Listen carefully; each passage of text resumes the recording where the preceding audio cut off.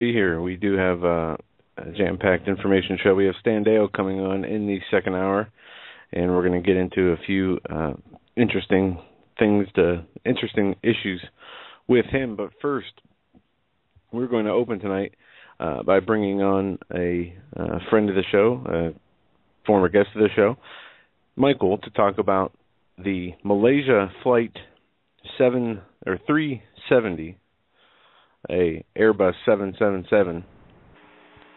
Michael, are you there? Yes, I am here. How do you guys read me? Great to have you.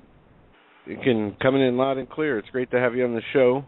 My father and I listened to Pastor Begley's show from yesterday and heard your appearance on his show, and it was very interesting. Yeah, quite disturbing in my opinion. Well, I got to tell you, Michael, for someone who doesn't want to be known, you certainly are making the rounds. Hmm? Well, that's not bad. No tactical information, no harm, no foul. Remember, you guys get the first on that TAC information. Well, okay, and maybe we should tell our listeners this. Folks, I have had confidential informants or anonymous sources. They're anonymous to people. They're not anonymous to me. Okay, they're anonymous to people beyond me. So, having said that, Michael, I don't know who Michael is. I got to tell you, I don't know. And he, however, in his defense, he has offered to do what, Michael? Give me that offer again, make me feel warm and fuzzy. Give me that offer again. We're gonna have a long interview. We're gonna throw everything on the table. I'm gonna give you guys the first interview. Cool. All right. There we go. Thank you, my friend. There you go, folks. Joe, take it away. All right. Well, until then, we have several issues to get into. First and foremost of which is the Malaysia airplane flight that has vanished in mid-flight, apparently. And Pastor Begley had a report about there being important engineers on this flight pertaining to RFID technology. Michael, if you can inform us and our listeners as to the authenticity of this information and how serious is this? Well, the individuals from Freescale Semiconductors they're very embedded in weapons system development regarding chip makers. Now, this company is also a pioneer of RF radio frequency technology, but with a twist. Most people think of RF technology as the RFID and so forth. Now, these are self-powered devices, by the way, and they have placed or miniaturized these components down to almost a nano scale with very good operational parameters. Having said that, of course they make ICs and the RF units and so forth. The DA and AD, which is digital to analog, digital to the RF transmission devices and so forth, and then back to digital. They're also responsible for a large portion of the cell phone infrastructure in more than one country. Now, some of these individuals were on that flight. It would have been okay, a standard deal, if, in my opinion, if these employees were not on that aircraft. All right. Michael, I'm of the viewpoint. You've got a 777. This is not like a bat or a bird. You're talking about a huge piece of machinery, not to mention redundant systems of technology was the top of the line for airplanes. Okay, so now plus you've got 200 and some odd people aboard with families, and you've got now the world's attention because of the method of the way this aircraft just disappeared. The world's attention, everyone's focused on this. Okay. So now I got a couple of questions. The motive, means, and opportunity. Basically, I'd like to hit on. and one would think, by the way, if they were just trying to eradicate 20 people aboard an aircraft, they would find this plane in pieces on the surface of the Pacific or South China Sea or somewhere. To say, well, man, unfortunately, you know, something catastrophic happened. Of course, with the 777s, we know that there's a structural component failure that has been addressed. But you know, so they could blame it on anything, kind of like PWA Flight 800. But now we've got all this mystery, all this attention. It seems to me this can't be good for whatever is going on, right? So, just go ahead and give us your thoughts. Well, yeah, you know what? I was thinking the same way. The attention factor is my personal opinion. All the media coverage that it's gaining, of course, is likely being censored or handed to them as far as what they can get. And it would appear that they're being, this time they're not in the know. Here's something curious. I don't know if you guys checked or not, but shortly after this plane's disappearance, we had two destroyers on station. Were you guys aware of that? Not to mention, planes just don't vanish from radar. In that part of the world, of course, Malaysia had radar and China had radar. There are no blank spots in the radar system there. So the plane would have been detected regardless if its transceivers had been turned off or not. And like you said, that is a total electrical aircraft. All the systems are electrical. Therefore, it has redundancy, lots of redundancy. Which means if even if the transceivers were turned off, someone, and they were obviously turned off, someone would have to have engineering knowledge of that aircraft. They would also have to have the codes to do so. They would have to have access to certain parts of the plane to defeat those systems and turn them off. Now, it's just not one system. It's just not one transceiver. You have a land-based transceiver, a sat transceiver. You have an RF transceiver and a radio transceiver, which is redundant to the main transceiver system. All that was turned off. There's no beacon from the black box, which, by the way, can withstand temperatures of 2,000 degrees, and it can take up to, I think it's like anywhere from 4 to 2,000 Gs. So the likelihood of that being damaged is slim to none.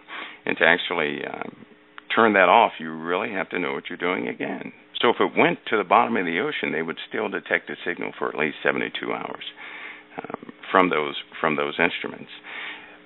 Then you have GPS backed up systems, which means it's continually transmitting data from one part of the aircraft to the other. If all those systems did fail, which I don't think they did, if all those systems did fail, you would still have GPS tracking ability of very specific parts of that aircraft, all of which, by the way, simply just stopped working, so they say. Yeah, let me ask you this. Two questions. One, and people in the chat are bringing this up, the passenger phone's ringing still. There's reports that people have called their families who were on the flight and their cell phones are still ringing. What would be the rationale behind that? Is that possible, even if we'll say that they were all destroyed, or rather than it going to voicemail? Right. Let's just be clear on that. Yeah, well, that depends on the carrier. But see, here again, if you turn your cell phone off, or if the battery, something went wrong with the battery, right? It's going to say this cell phone customer cannot be reached. The hub will interpret that as saying, I cannot reach a cell phone. You actually, when you're calling a cell phone, you call a hub. The hub contacts the cell phone. Based upon the contact with the person you're trying to reach, if that communication can be captured or not, your phone's going to ring. If not, it's going to go to something else. But if the phones are damaged, sunk in the ocean or something like that, they're just simply not going to ring. The battery's only good for so long, and most of them will short out in the water. Doubtful that 10 or 12 are still going to work, and it's going to still keep ringing. So now, unless someone was within the infrastructure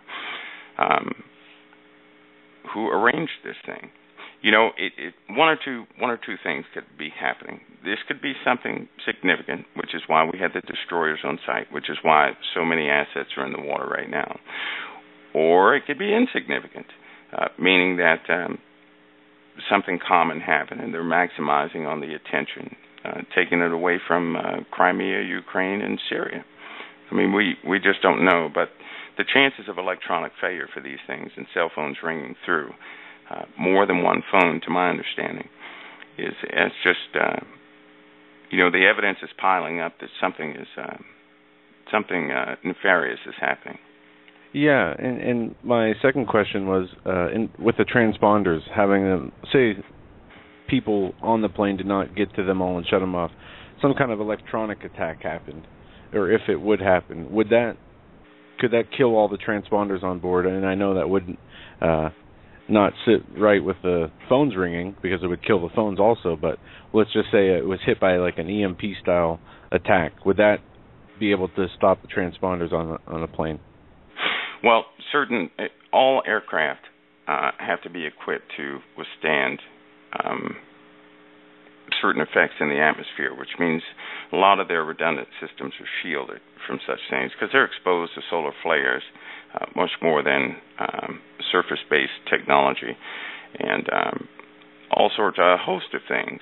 And so they have redundant systems. An EMP would not take out certain devices on an aircraft because it's not chip-based.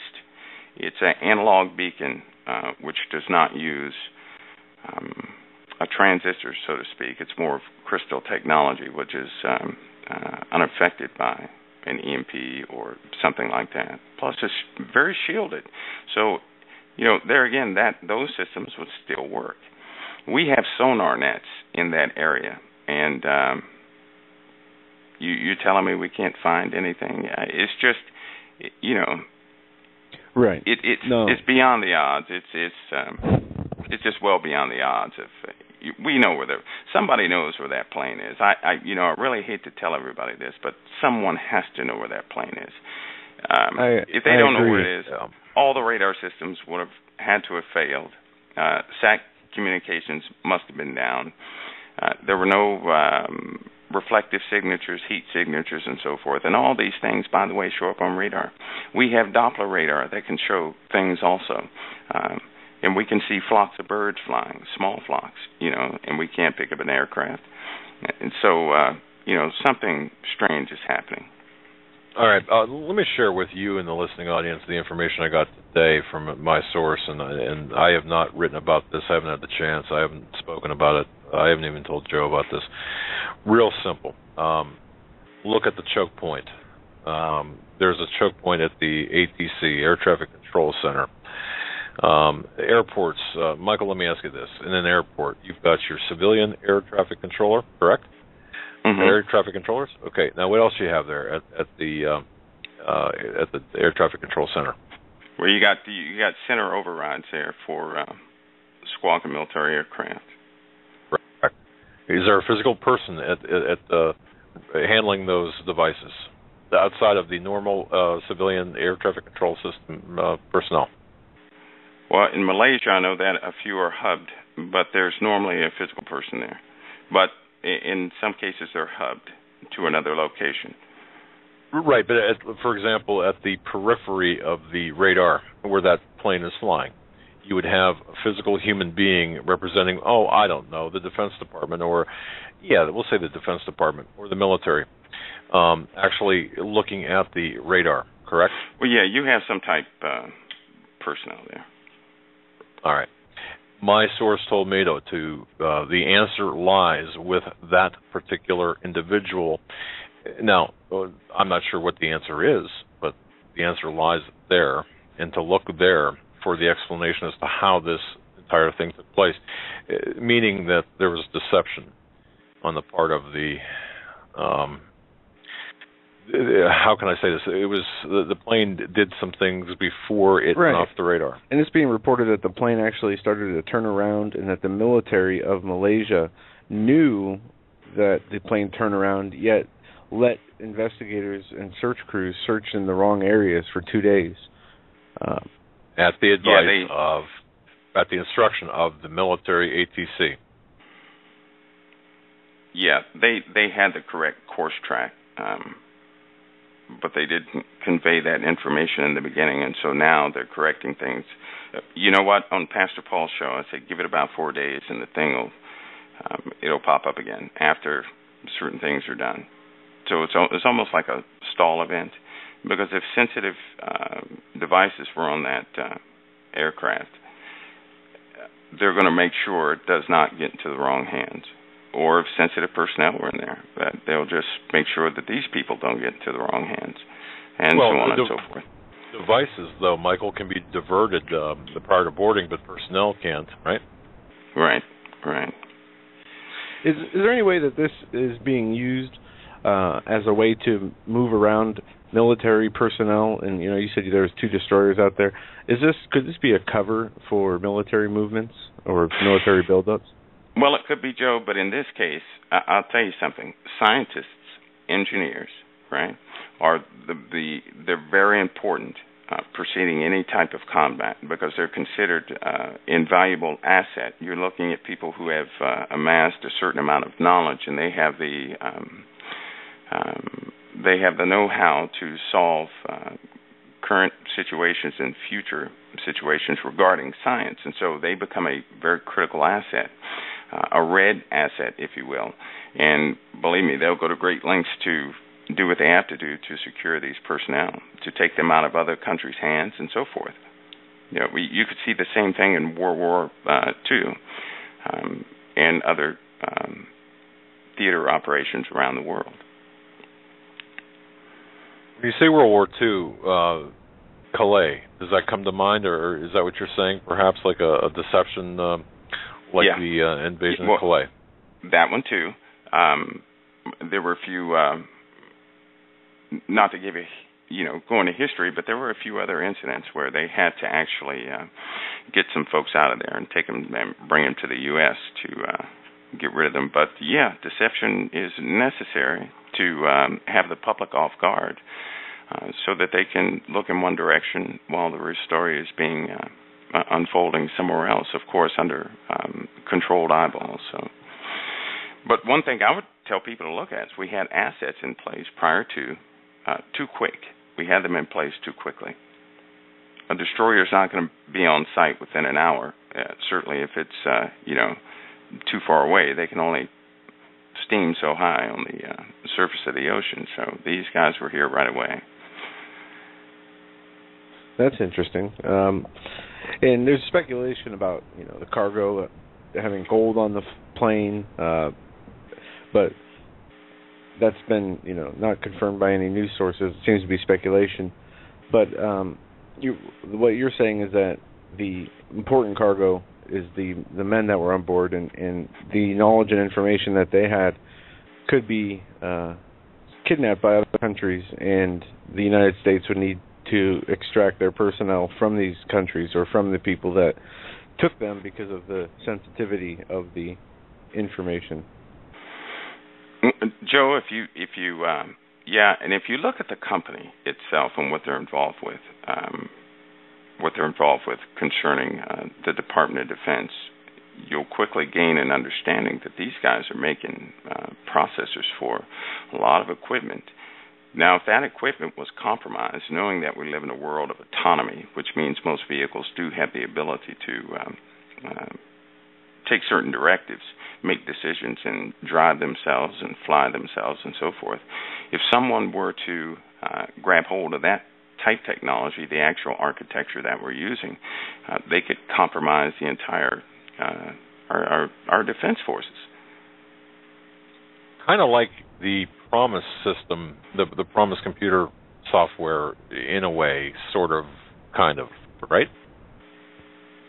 Similar. Now, one thing, this company also, and it's not a joke, it's real technology, is that there are actual, this company plays with brain tissue on platters or semiconductor chips.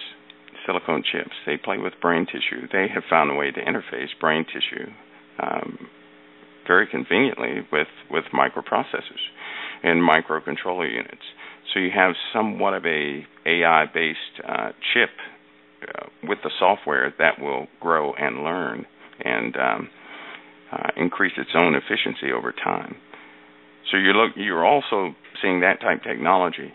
Now, anybody who perfects that method or has a prototype of that method is a security risk to a lot of countries for obvious reasons.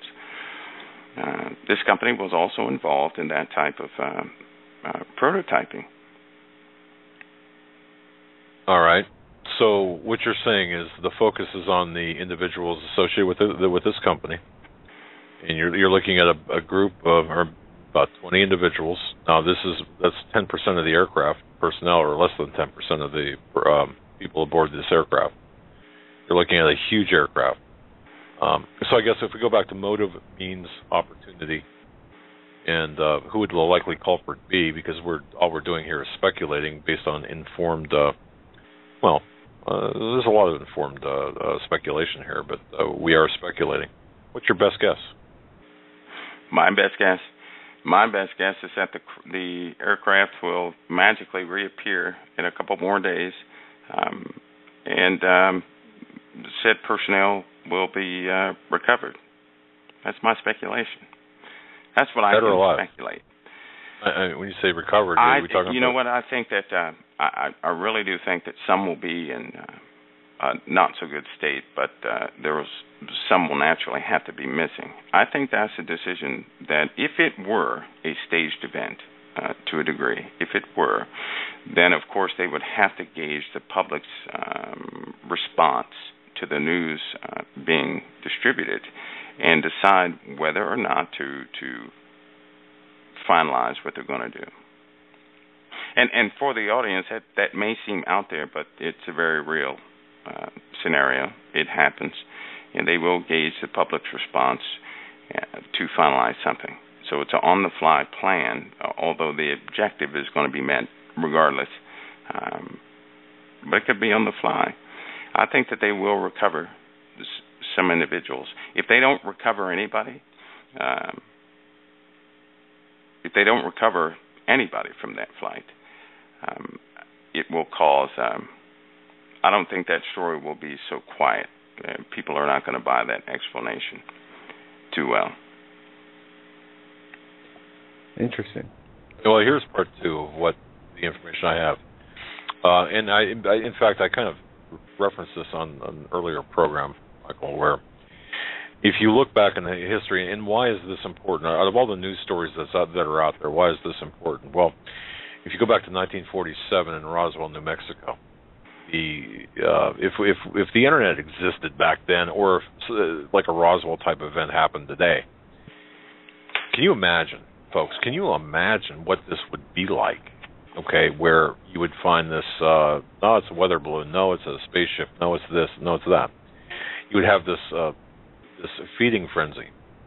And that, to me, it was explained to me, was a conditioning process, or the beginning of the conditioning process for the pretty much great deception, or the deception that we're about to see unfold.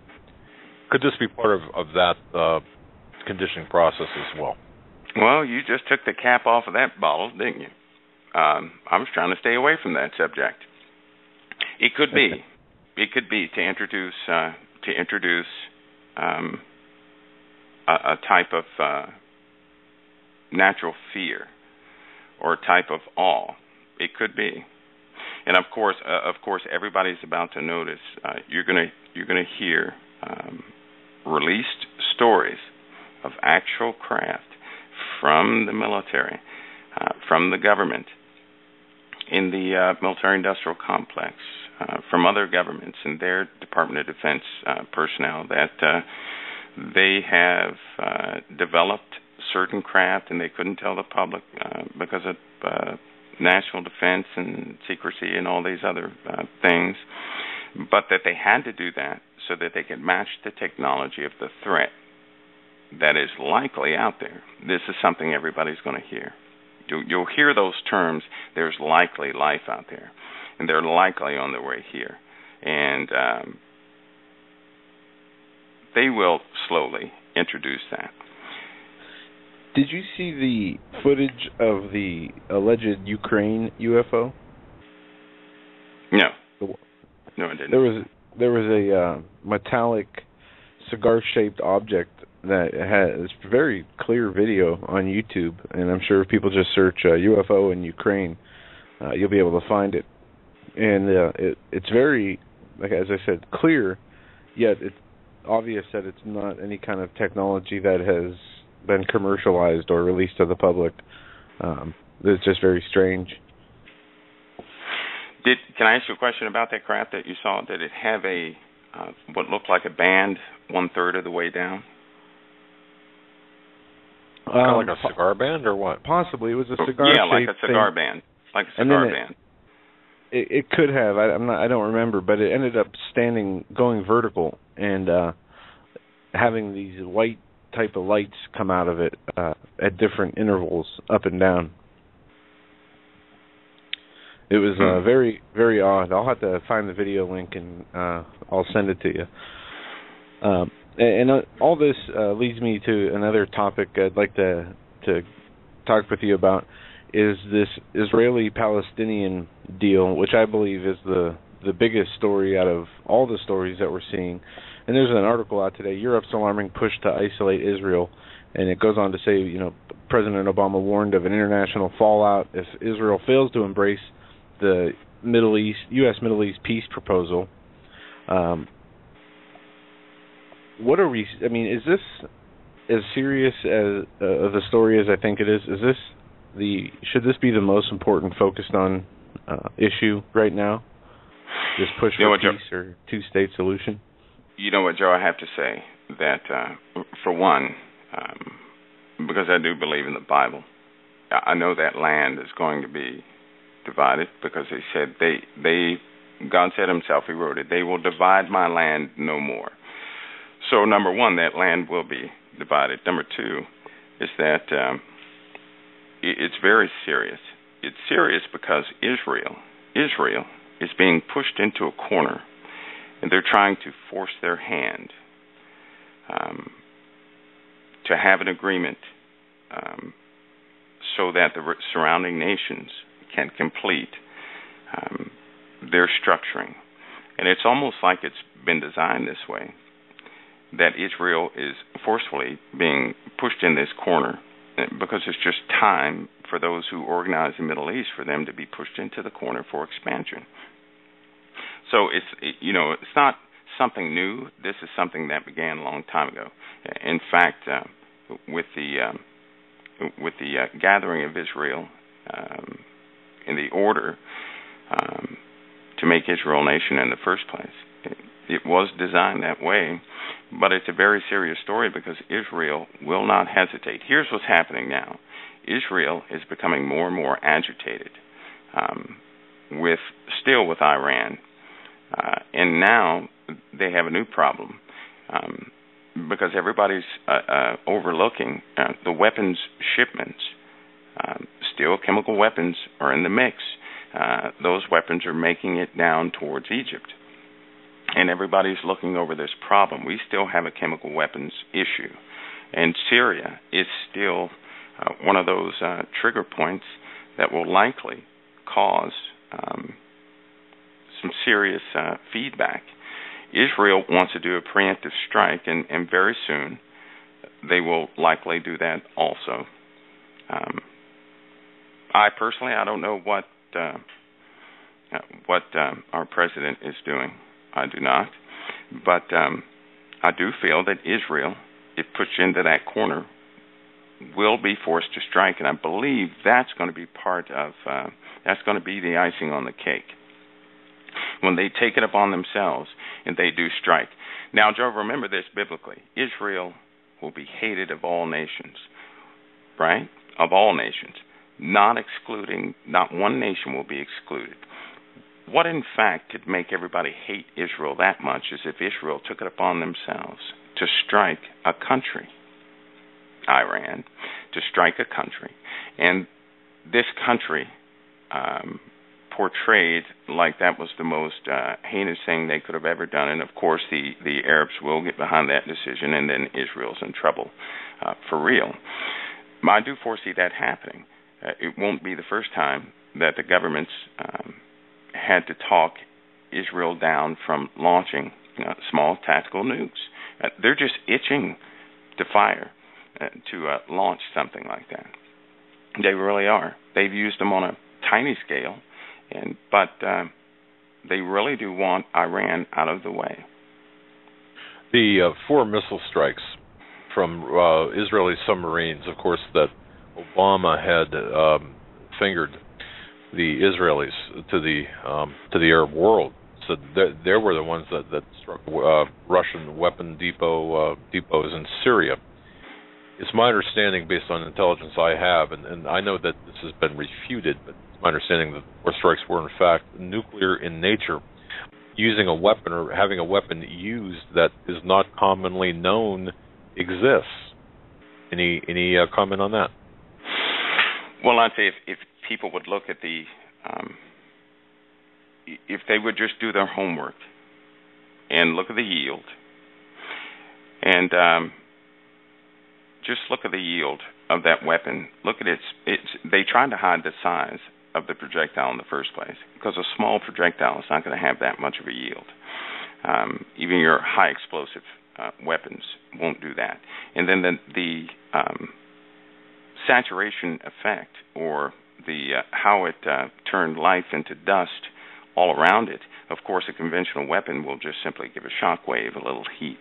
This was massive amounts of heat. To my understanding, underneath the ground, where there was junk and pipes and so forth, they were in a molten state for at least a few days. A conventional weapon is not going to do that. Even a HG, a heat round, won't do that. Incineration devices won't do that, not for a couple days. And so this was something different and new. This was something different and new. But I'll say your source is probably he's probably correct in his analysis. He's probably correct, because there are a host of weapons that are not introduced to the public that will be introduced this year. A host of weapons will be introduced this year that are just not known to the public. They can't release them, right to the public's face one by one, not because of national security, but because of the actual shock effect that they have. Because people will say, well, how in the world is that possible? Or where did they find the money to develop this? Or how long has that been into production? So they're just going to start demonstrating or showing these things and introducing these things. Interesting. Well, if we can create, or if not we, but if a hologram of a rap singer can be produced on stage, and if the police agencies can roll out sound weapons, non-lethal sound devices that could make people sick or do all sorts of things to their central nervous systems or what any other systems, what's to say? I mean, is it that far out there to consider that there are weapons in the lethal realm that we have not seen? Of course, I mean, to me, it's just a given. That, I mean, look back in history with the stealth bomber. How long was that in play before the public knew about it? That's right. So, our ladies and gentlemen, are we talking crazy here? Of course not. So, I think it's time that we have to broaden our minds a little bit and say, to me, Michael, and I read this on the various web forums, these many people, if it doesn't fit within a conventional line of thought, it's nuts, it's conspiracy, it's bogus. Well, boy, are they going to be surprised when certain things happen and it doesn't fit within their various venue, their theater of operation. They really will. And you know what, Doug? It's not good that people think conventional. We shouldn't take the world and wrap it into our intellect and say, okay, there it is. This is the way I'm going to understand it. The same people that do this thing, they're going to become casualties or worse. Just like the individual defense weapons that soldiers will have. They have laser vests that can intercept up to, I believe it's 180 bullets per minute. Now, these are laser vests that intercept bullets from hitting a soldier. They are mounting laser devices on the Abrams class vehicles and other vehicles. So lasers right now are being used in theater. They have been tested. They're both land-based, air-based, and sea-based, and they're highly effective. So you're looking at technology like this, which has been, the field testing took a while, but they're out there. The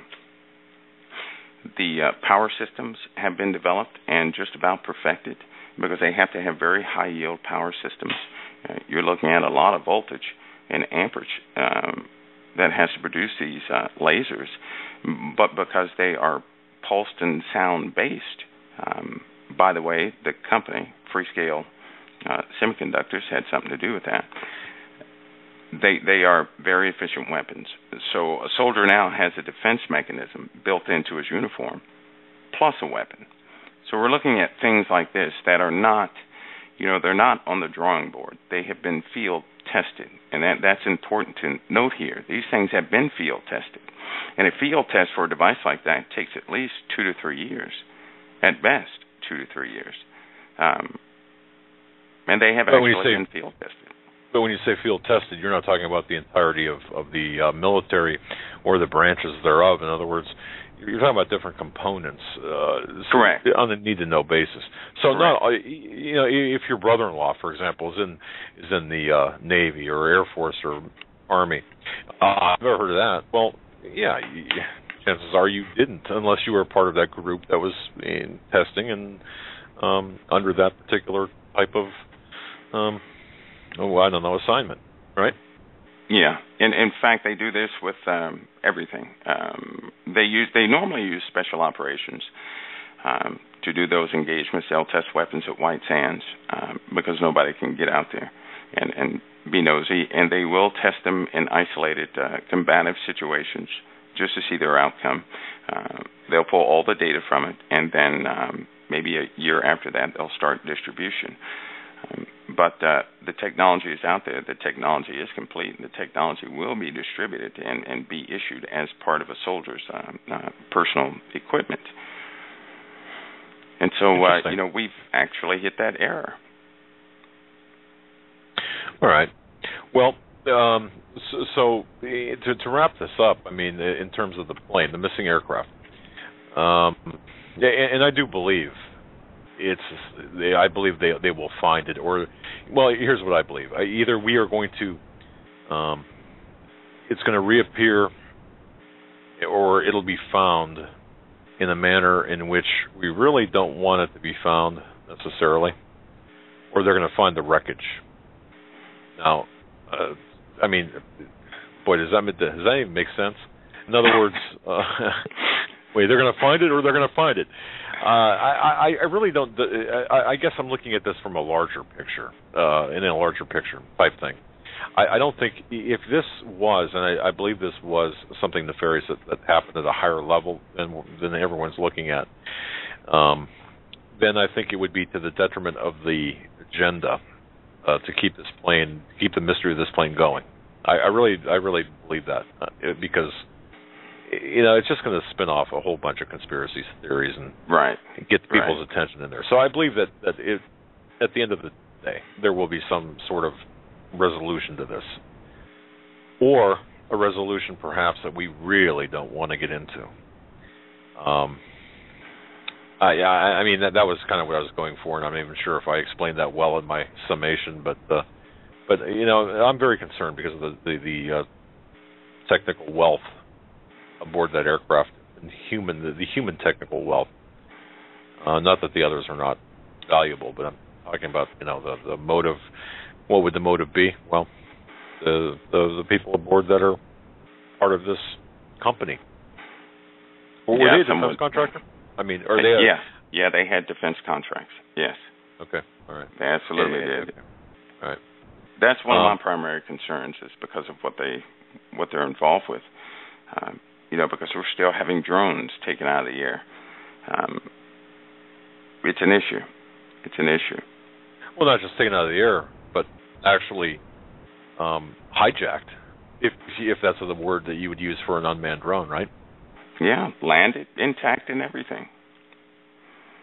And folks, think about that. Yeah, think about a drone that's armed being hijacked out of.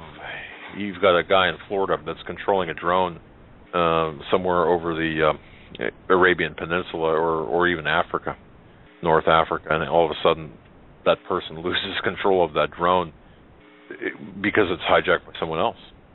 And the component that you're talking about is the very component at issue in the drones manufactured by the very people aboard that aircraft, right? You bet. There you go. You bet.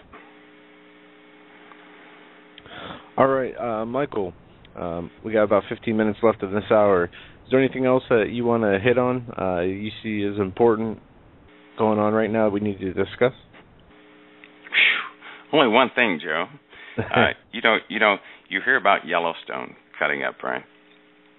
In the Pacific Ocean, there's a volcano, a shield-type volcano, that is 135 miles in diameter. It's one of the biggest volcanoes in our solar system, and it's in the Pacific Ocean. Wow, okay. Well, wait a second, though, Michael. I've never heard that phrase. One of the biggest volcanoes in our universe, solar system. In our solar system, yes. That's actually a peer-reviewed article. There are a few peer-reviewed articles that corroborate that due to the observations that have been made over time, and it is one of the largest in our solar systems. In fact, it's one of three of the largest. One of three. And it's right here on Earth. Okay.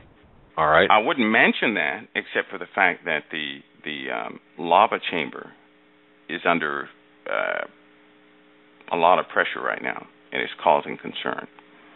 Okay, where's this volcano? And that's in the Pacific Ocean. It's let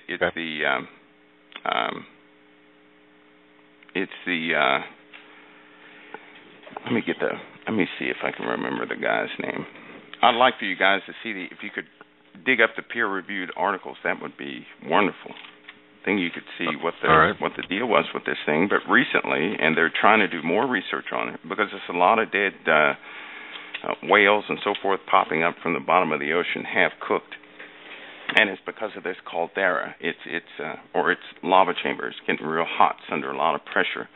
It's beginning to release a lot of aerosols and so forth, and they seem to think that it's actually spawning a lot of quakes in the Earth.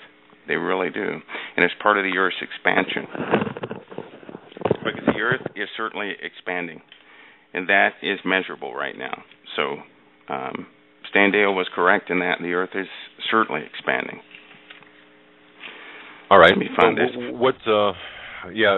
you can tell us approximately where this volcano is in the ocean with the name of it, and that way we've got a good idea. Yeah, it's let me. I'll tell you what. Jeez Louise, guys, forgive my. I didn't want to go there. Joe, what I'll do, I'll give it to you, Joe. And then you can give it to the room right after I find it. Okay. Because I have to find it. It's a weird name. A name I can't remember. It starts with a T. Starts with a T, okay. Yeah, Tangkuban Parua, or Peru? Arahu? How's that? Near Jakarta, I guess is my question. Well, or how about Handicat? Mount Tabora? Is that what you're talking about, Dad? Tabora? No, that's another one. I mean, wait a minute, guys. Because if we give out too many names, then the people won't see the peer-reviewed article, and it won't be taken serious. Because I have this feeling that this thing is going to cause us some problems in the next. Probably in about a month or so. Pacific. Right. Yeah, it's already venting, and so that's an issue. I mean, this thing is bubbling over. It's expanding too fast.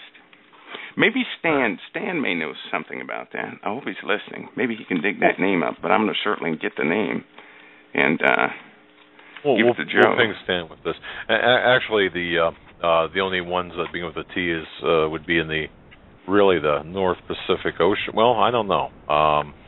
Yeah, I don't know. Well, when you get the name, we will post the peer review articles on the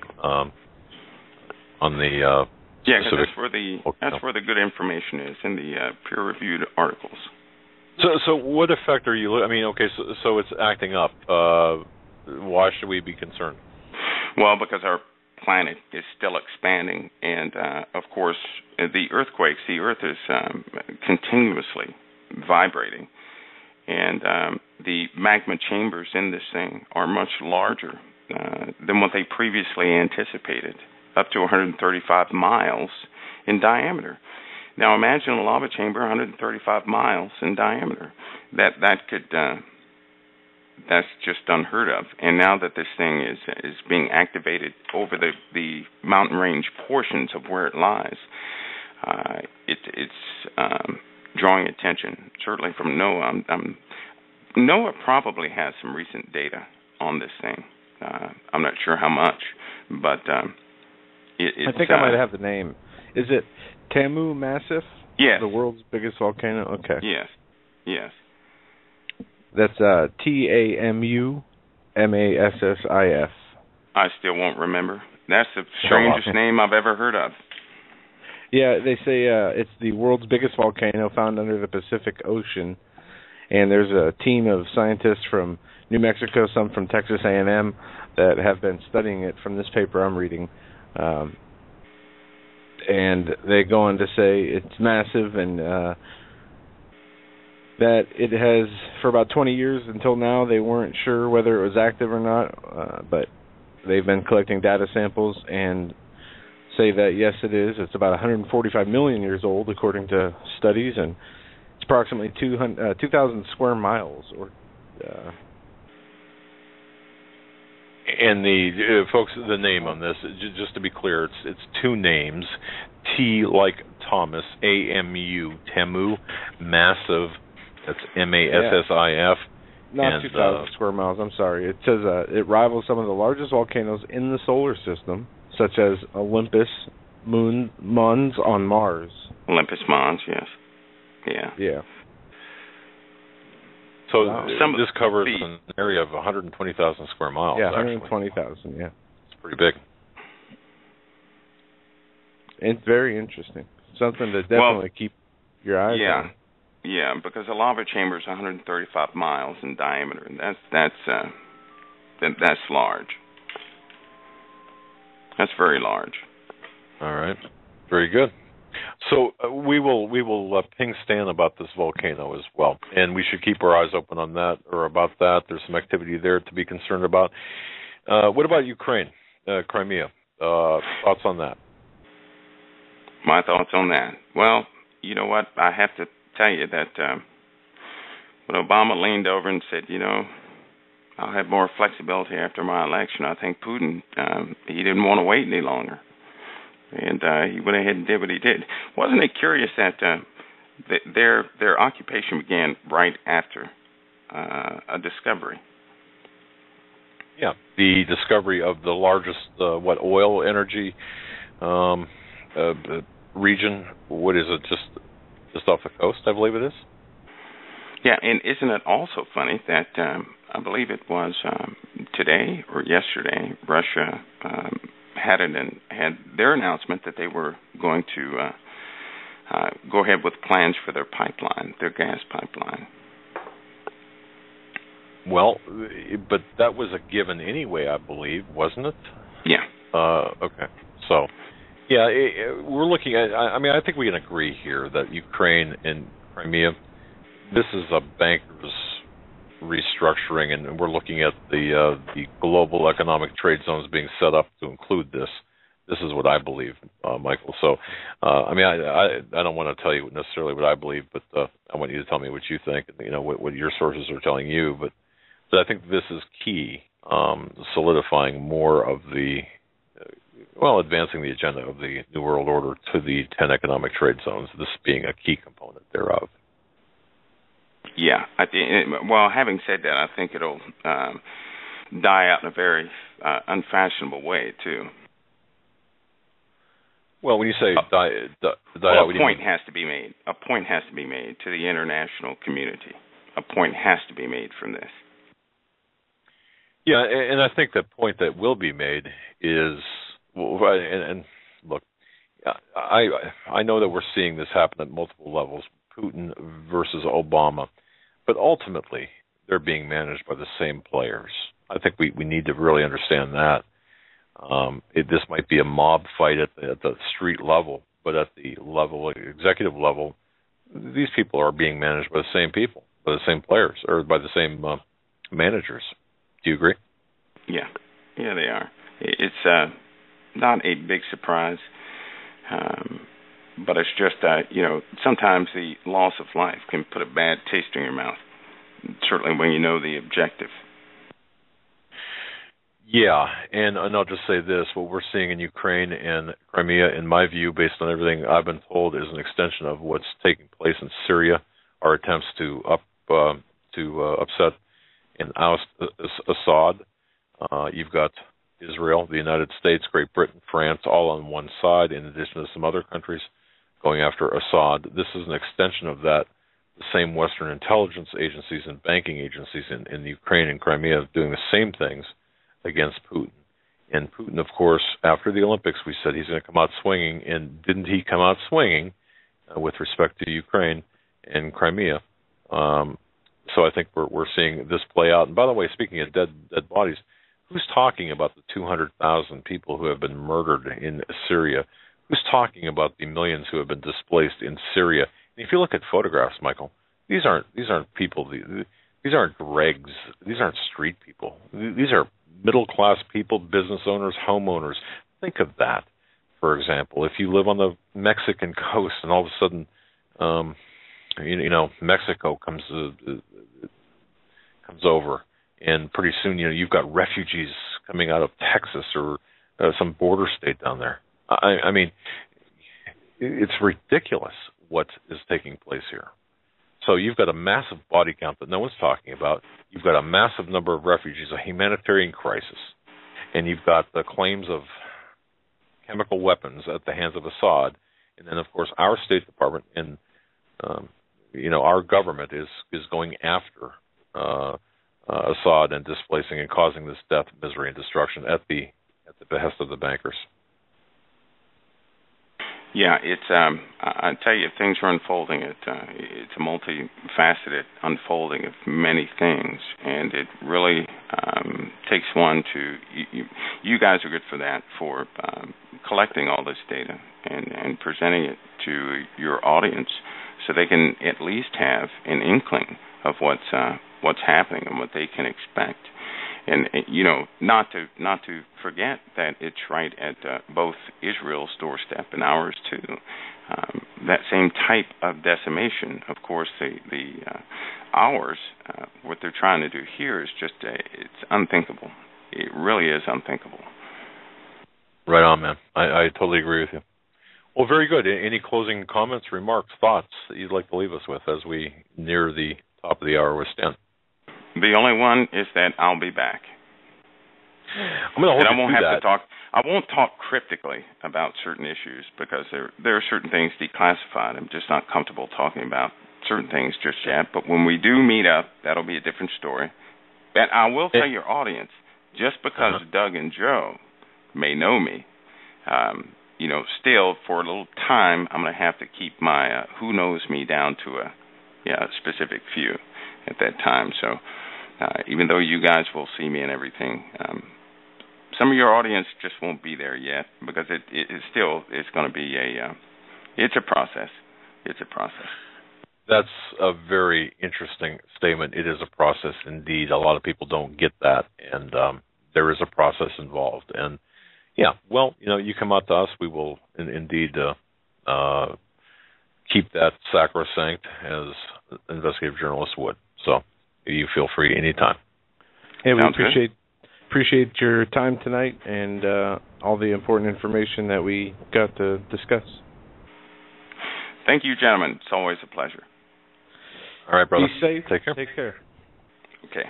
Folks, that was Michael, a caller, and as you heard me introduce him, look, we don't know his identity, and I told him, I've got the sources, the confidential sources. They tell me who they are. I keep that confidential. I report what they say. In this case, he opted not to do that, but he said, however, he would, give us the information down the road, and we're going to hold him to that, just so the groundwork is there, so you know what's going on. Okay. And always interesting information with that, and look forward to that when we do get a chance. When we come back, we're going to have with us Stan Deyo. His website, standeyo.com, for those of you who might be new. He is our guest every Tuesday at second hour, 9 p.m., and we're going to get into issues pertaining to the Earth changes, what's going on in space. He is a physicist. He's a real inventor, Indiana Jones. And yeah, as you say, the real Indiana Jones. Before we break off this, folks, I'm going to just share this with you real quick. It's kind of a humorous event, and it's 60 seconds here, 90 seconds. Very humorous event. Ladies and gentlemen, I don't do cell phones because if there's not if I can't look at the phone and I can't see numbers, then what is it? Okay. I just share this with you in humor, and you can laugh at me, poke fun at me at your leisure. But earlier today, and I shared this with Joe, and he was laughing. My wife has she's had a cell phone forever, and an iPhone. An iPhone, okay, thank you. And I talk about iPhones really not really knowing what they are. So we were together this morning. It was a very serious situation, and anyway, I had to make a phone call. And so I don't have a cell phone, so she gave me her phone, and I've never used it. So anyway, she said, "Here, take it." So I went out of the building, and I'm dialing. It really what it is like I don't know. It's just it's like a, what would you call it, Joe? It's just a glass thing. It's just a screen. Screen, okay. And gentlemen that are older men, I'm talking to you, because if you've got your wife convinced that you're technologically capable, you better come out to your wife sooner rather than later, because it's going to bite you. Well, here's the deal. She handed me the phone. I'm supposed to make this phone call. And I pressed the button, and the dial pad or the numbers appeared on this screen. Okay, you follow me so far? All right. Very important phone call I had to make. And so I'm dialing, I thought I was dialing a number, and all of a sudden I'm seeing me in this screen, on the screen. And then the person that I was attempting to contact also is seeing me in the screen, answers the phone, and I don't even know what I did to make the call. So I'm saying, I'm seeing myself here. I shouldn't be seeing myself. And I'm also, then I turn the phone sideways, and I'm seeing the ground through the phone. So I'm thinking, this can't be good. And I don't want this person to see me. So I pressed another button, and something happened where everything I started saying was actually being typed on this phone. So I'm trying to get it to stop. So I'm saying, stop, stop. And instead of stopping, it's typing the word stop. And the person on the other end of the phone, who can see me apparently, is laughing. So I thought, okay, I got to do something here. And I'm thinking, this guy, I can't shoot the phone, although I'd like to. That would cause too much of a problem. I can't. What do I do? So I pressed another button or two or three. I'm not exactly sure in what sequence. And suddenly I'm talking to someone in Wisconsin. So now I've got two calls going. I've got some messages, text messages. Everything I say is turning into words. So I pressed another button. I hear this sound like a whooshing sound. I'm not sure. I might have launched a missile. Okay, it's very possible I launched a missile somewhere. So if you're listening to this and you were struck by a missile today, it was perhaps my fault. I'm sorry. So the people on the other end of the phone are laughing because they know how technologically disabled I am when it comes to these phones. And so I'm trying to make everything stop, but I'm making it worse. What do? You put it in your pocket? So I thought, okay, I'll take the battery out of the phone. Folks, have you tried to take a battery out of an iPhone? Do you even know where I can't find the battery. I can't turn the thing off. And the other people on the other end are laughing their heads off. So finally, the only thing I knew what to do was I walked to my car and I put the phone in the trunk because I was done. I'm done. So I went to my wife and she said, "Where's my phone?" I said, "It's in your trunk." Well, why is it in the trunk? I said, "Because what is that thing? I mean, I think I might have nuked the city. I'm not sure. What are you NASA? I mean, you. So, gentlemen." That's funny. I am so frustrated. It's FaceTime is what the thing on the stupid iPhone's called, and I can't stand it. I couldn't turn the thing off. I couldn't make it stop. I couldn't. I was yelling at it. I was, Don't ever accidentally call somebody on FaceTime, because we all learned this the hard way. You're projecting your video of yourself. Well, and the other thing too is I'm outside this public building and people are walking by and I'm kind of yelling at the phone to stop and they can see my frustration and I hit the music. Oh. Created and uploaded to YouTube by the Hagman and Hagman channel. To view the full show archives, please visit youtube.com/user/Hagman and Hagman. Hour number 2 of the Hagman and Hagman Report this March 11th. It's a Tuesday, and with that, our second hour every Tuesday brings Mr. Stan Deyo from StanDeyo.com. He is, as my dad says, the real Indiana Jones. He is the author, and him and his wife Holly have a bunch of great books on end times information, on preparation, and everything you need to know in these perilous times. With that, welcome, Stan. It's great to have you back. Good to be here. Had a wee bit of an interesting weekend, and I suppose you can hear the bronchitis still. But I'm back on board here, and so is Holly, and a lot of news to talk about tonight. Yeah, you sound a little stuffed bad.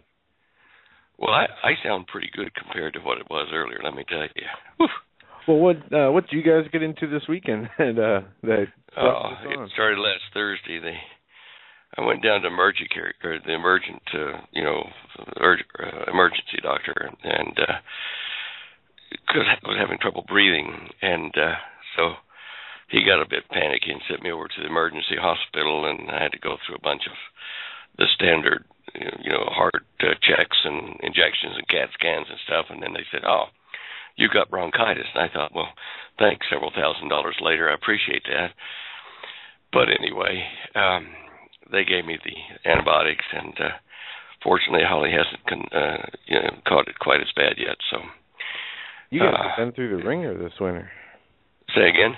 You guys have been through the ringer this winter as far as illnesses. Yeah, I know.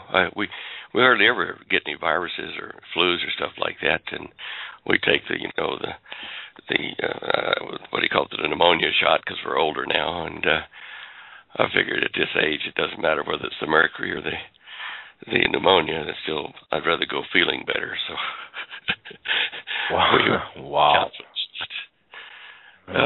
Dear. Boy, have you looked at our front page this evening? Yes. Have it up right now. Not much to talk about, is there? Yeah, I mean, where do we begin? Really, I think with the water issue from California and what you have up here on Oregon Water Department to shut off surface and groundwater to upper, how do you pronounce that, Klamath ranches and farms? Klamath, okay. Yeah. This is, as the California drought continues, this is part of the same system of drought?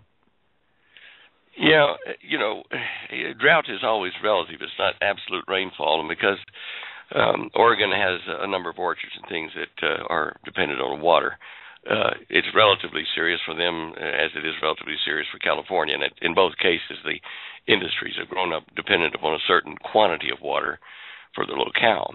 And it's crazy. I mean, I guess I'm not the government there in Oregon. I don't know why they deemed it necessary to follow California's suit. But if you were the farmers involved in trying to make a living, you'd probably be pretty cross about that really cross. Crazy. Yeah, it is. Now, Stan, though, we'll let you pick the topics in the order in which of importance or whatever you think, because there is a lot, and of course, drought being one of them. The weather here we're in the Northeast, where we are. Just as an aside, it was, I think, 50 some degrees today.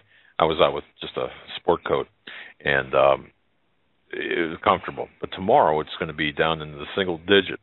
So, and snow, or low double digits in snow.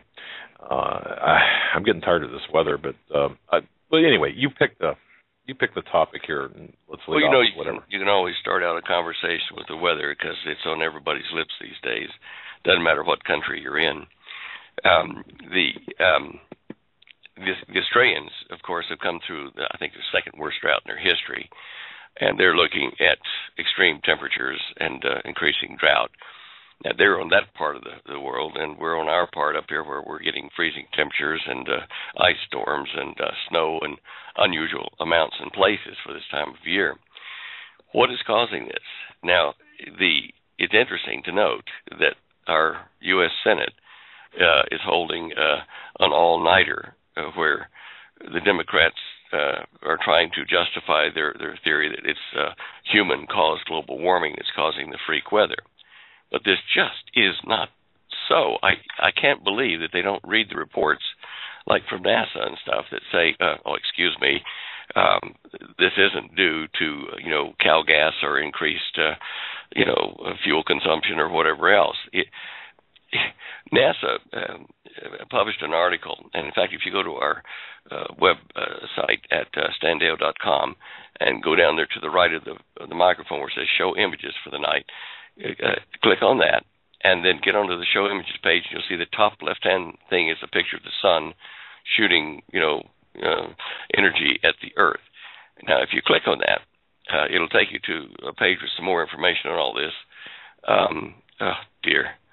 And some of it's locked out, so you can't see it. I don't know why, but anyway. If you click on the words underneath the lettering underneath the picture. Yeah. And it's showing that it's the sun's energy more than human endeavor and increased consumption of energy by humans. It's the sun's energy that drives the cyclical climate variability here on the Earth, and particularly in the North Atlantic where we are here. I've been trying to tell people this for years, but pay attention to the sun. It's the major player. A human influence of the global temperature and climate does have an effect, but I'd say it would be in a range of 45% tops over what the sun is doing. We follow the behavior of the sun, the energy output of the sun, and this goes back tens of thousands of years in the climatic record, showing global freezes, ice ages, and if you compare that to the sun's, known illuminance, our energy output at that time, it drops. Therefore, it gets colder here on the whole planet. And these are records you can get out of the ice cores in the in the Antarctic and in the Arctic ice cores that have been taken over the last 10, 20 years, I think it is, where they've been comparing the layers in these ice cores and the amount of carbon deposited and various other factors that tell you what the temperature was like and what vegetation was like on the planet. The sun is doing this. And the only reason I can think, whether it be Democrats or Republicans or tree huggers or whoever, are even approaching saying it's human activity and life that's causing this global warming. I think they've changed it now then to call it something else because it's not politically correct anymore, but trying to save face. I think what they are trying to do as globalists is frighten people into making massive changes in their lifestyle and their energy consumption, various other things, ahead of a crisis that may occur due to inequity of distribution of energy or income or resources in the planet, which might lead to global nuclear war. They may be trying to steer us in that direction for a bogus reason, to get people to pay attention and actually do something. Now, you can't deny that our climate is in change at the moment. I mean, you guys up there where you are in the northeast sections of the United States must feel this year. We've had, 4 or 5 La Niñas out in the North Pacific, all the Pacific actually, but from the equatorial regions northward, over the last 7 years. And we've had 2 El Niños that were very short. Now, when we get El Niños up here, it's better off for us for, water, at least here in Colorado and various other places at spots around the United States. And at one point, 3, maybe 4 years ago, NASA was thinking and NOAA were thinking we may see back-to-back El Niños indefinitely. And then they didn't happen. We had more La Niñas than El Niños. Australia's second worst drought in its recorded history, that tells you down where they are, they're getting unusual climate and climate change. Where we are, colder, wetter, nastier, okay, we're getting unusual climate change. And you look in Europe and Russia, there's just all kinds of places recording strange weather, which really appears to be a climate change. And again, that kind of climate change that rapidly and to that extent point back to the 95% factor, the sun and its energy output. Linked to that, there have been concerns about regional nuclear warfare on the planet. I think Forbes or somebody may have published an article here recently. It's on our website. Regional nuclear war could still wreak global climate havoc. And the reason they're concerned about, nuclear war being used in, the Middle East or in Europe with the Ukrainian tensions is this. If you have, say, 50 or 60 15-kiloton nuclear bombs go off, between India and Pakistan, or between the Ukrainians and the Russians, or between America and Russia, however we get drawn into it, I don't know. But if you only have about 50 of these things go off, they can blow holes in the ionosphere, in the ozone layer, and they can cause an increase in ultraviolet radiation underneath those holes. And this alone will cause crop damage, skin cancers, nausea, sicknesses, right underneath where it hits. And as I've told you before, I've been in one of those ozone holes that wasn't blasted by nuclear war at all, but down in Australia, and it does hurt to be out in it. It's like a zillion little needles hitting your skin, and your eyes want to cry even with sunglasses on because of the increased ultraviolet. So this is, again, connected to weather and to the sun and to our shield, the ozone layer. I on one hand, I think, the Democrats are dumb, but then on the other hand, I think, well, no, wait a minute. All the parties are really controlled by the globalist agenda to bring one happy little family together, and for the people of the planet to see the need for that. And therefore, things can be blamed on human endeavor, which is what they want to control anyway, and that would force people to move that direction for survival. And that's about the only way you're going to get people to vote away, the amount of fuel that they use here in the United States, for instance, the amount of energy per capita, and various other luxuries that we have over other countries, the advanced world does anyway, the developed countries. Anyway, I'm on my soapbox again. Sorry about that. And you know what, Stan? It kind of reminds me, if I don't even know if we can make the comparison. And by the way, Stan, we just since you came on here, we've had so many. I've had a lot of people emailing me questions for you. But before we get into the questions, let me ask you this: back in '79, I think it was, under the Carter administration, we had 3 Mile Island, and it conveniently or coincidentally, either one, happened. This event happened 3 months after the release of the movie The China Syndrome. And, of course, from that, it seemed like the American populace was being conditioned to believe nuclear power, for example, was dangerous to our way of life. Now you compare that. So what happened, though? More coal power plants went into operation. I believe that to be the case. It just seems like everything is out of kilter. Any thoughts on that, or is that comparable to where we're at today, but just different venues, different topics, different? You're hitting us on a number of different topics. There are major crisis curves, which we've seen, accentuated in the media over the last, 20 years at least, moving people towards certain directions which would give more of their sovereignty away to a central global government before the real disastrous strike. I have no doubt that there are a number of these crisis curves that are serious and in the long term should be addressed as rapidly as possible.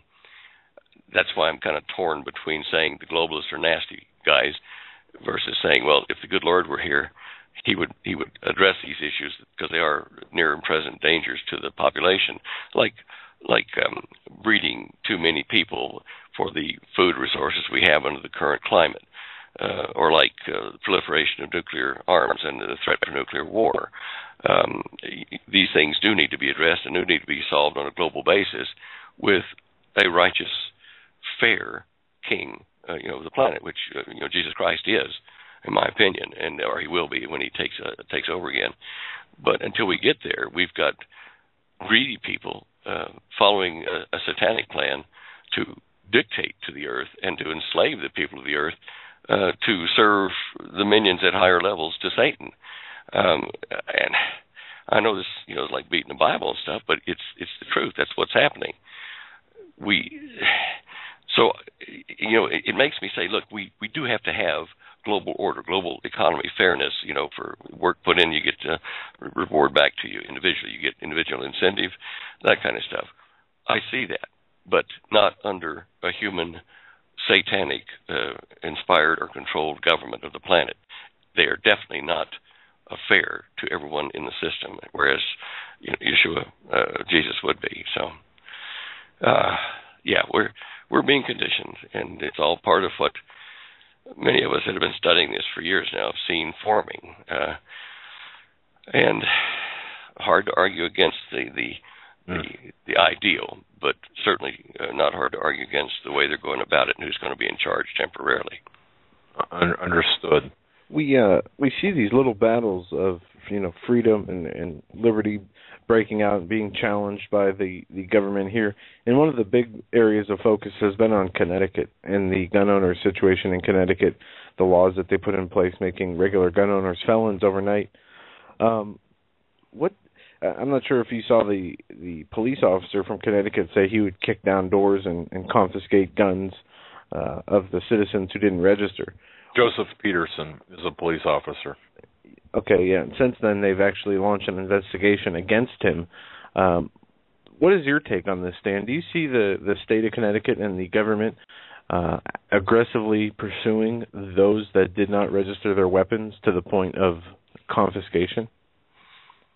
Well, it would be a very expensive exercise, and certainly if they did try it on a small scale, a small section of the community, it would raise such a stink that might be what the globalists are wanting, is confrontation between the police force and the people that they happen to hit when they try to confiscate their weapons, and to make an incident out of it, which is just another spark to kindle that civil disobedience fire that we expect to hit us shortly.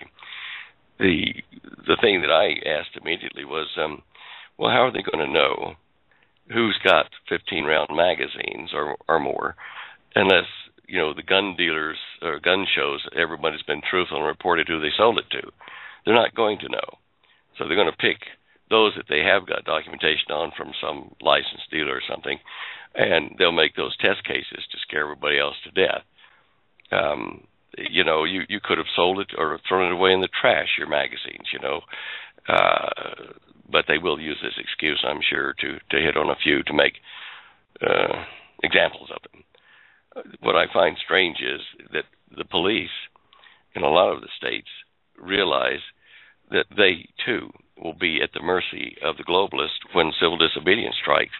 They're going to take out our police forces, or at least neutralize them, lock them up or something, because they'll know that if you're a policeman in a certain town or suburb, that you have friends and relatives around the traps, and that you won't be totally on board about hitting your friends or relatives, to turn over weapons or whatever. So to get rid of that possibility, that's when they'll bring the UN troops in to overthrow the legal right of the local police or sheriff's departments to, administer the law in the communities. I mean, I've talked about it here with our local law enforcement people, and it's and in other states as well. And this is a real and present danger to the police forces themselves, is that they too will become as one of us when the great martial law thing takes place. And they'll have a zero target right on them from the start. I'm sorry about that, but that's why we're preparing a lot of the police forces with this information, is to say, look, you better make plans for taking care of yourself and your family when it happens, because they're going to come after you too. Yeah, I don't see this having a very good ending. I really don't, Stan. This can be managed so many different ways, and none for, well, a lot for the bad. It's something that I think that Connecticut could very well be, or even New York, or pick a state, or even a community could be a test case for gun confiscation. And I think that once that ball gets rolling, it's going to have very definitive sides to it. You're going to have the people who are absolutely not going to capitulate, and I'm for that. I mean, I am very, very much for the Constitution, pro-Constitution, pro-Second Amendment. These are bad laws in my view, and the excuse, by the way, given in the case of the Connecticut police officer was, well, it's a law, and I'm sworn to uphold the law, but he's also sworn, or she or they are also sworn to uphold the Constitution, and if it's a bad law and antithetical to the Constitution takes precedence. It's my understanding, based on although I'm not a lawyer, but yeah, I mean, the bottom line here, Stan, is I do believe that we are going to see something, some sort of tripwire, some sort of spark, and from that, it's just going to be every man for themselves, almost, that mentality. I know, and look at the magazine issue is, now that it's passed legally, it gives them a right to search and seizure and a right of discovery then once they get inside your premises. So it's just, walk right in and see what you can find. It just, again, violating our constitutional rights. Right. I mean, that's a camel under the camel's nose under the tent. Once you and I've been on with the both Pennsylvania and New York State Police where they serve search warrants, and I know for a fact that what's printed on a search warrant, well, that's nice, but anything within their eyesight, if they're looking for a I don't know, counterfeit CD or something, for example. And they're looking under couch cushions, and they find maybe something that looks like a marijuana seed. Suddenly now you're into a fishing expedition for drugs, and this is how it works. Yeah, I know. It's crazy. Okay. It's going to be the spark. Like, I hope the good Lord comes for His bride soon. I hear you. I've got a number of questions here. One here from West. West writes this: my family is about to visit Southern California to visit family in the next few weeks. I've got 2 children, and they're concerned about radiation. Now, he said, I've thought about iodine tablets. However, those with food allergies, shellfish should not take. Apparently, one of his children have food allergies. And I'd be worried about giving to the other child who's a baby. Do you have any suggestions, Stan? Should we stay out of the ocean, limit the time spent outside, or bail on the trip completely? At this point, as I'm kicking myself for go on the trip. Well, I don't have enough information that I can trust about the radiation levels in the food in various parts of California or the West Coast in toto.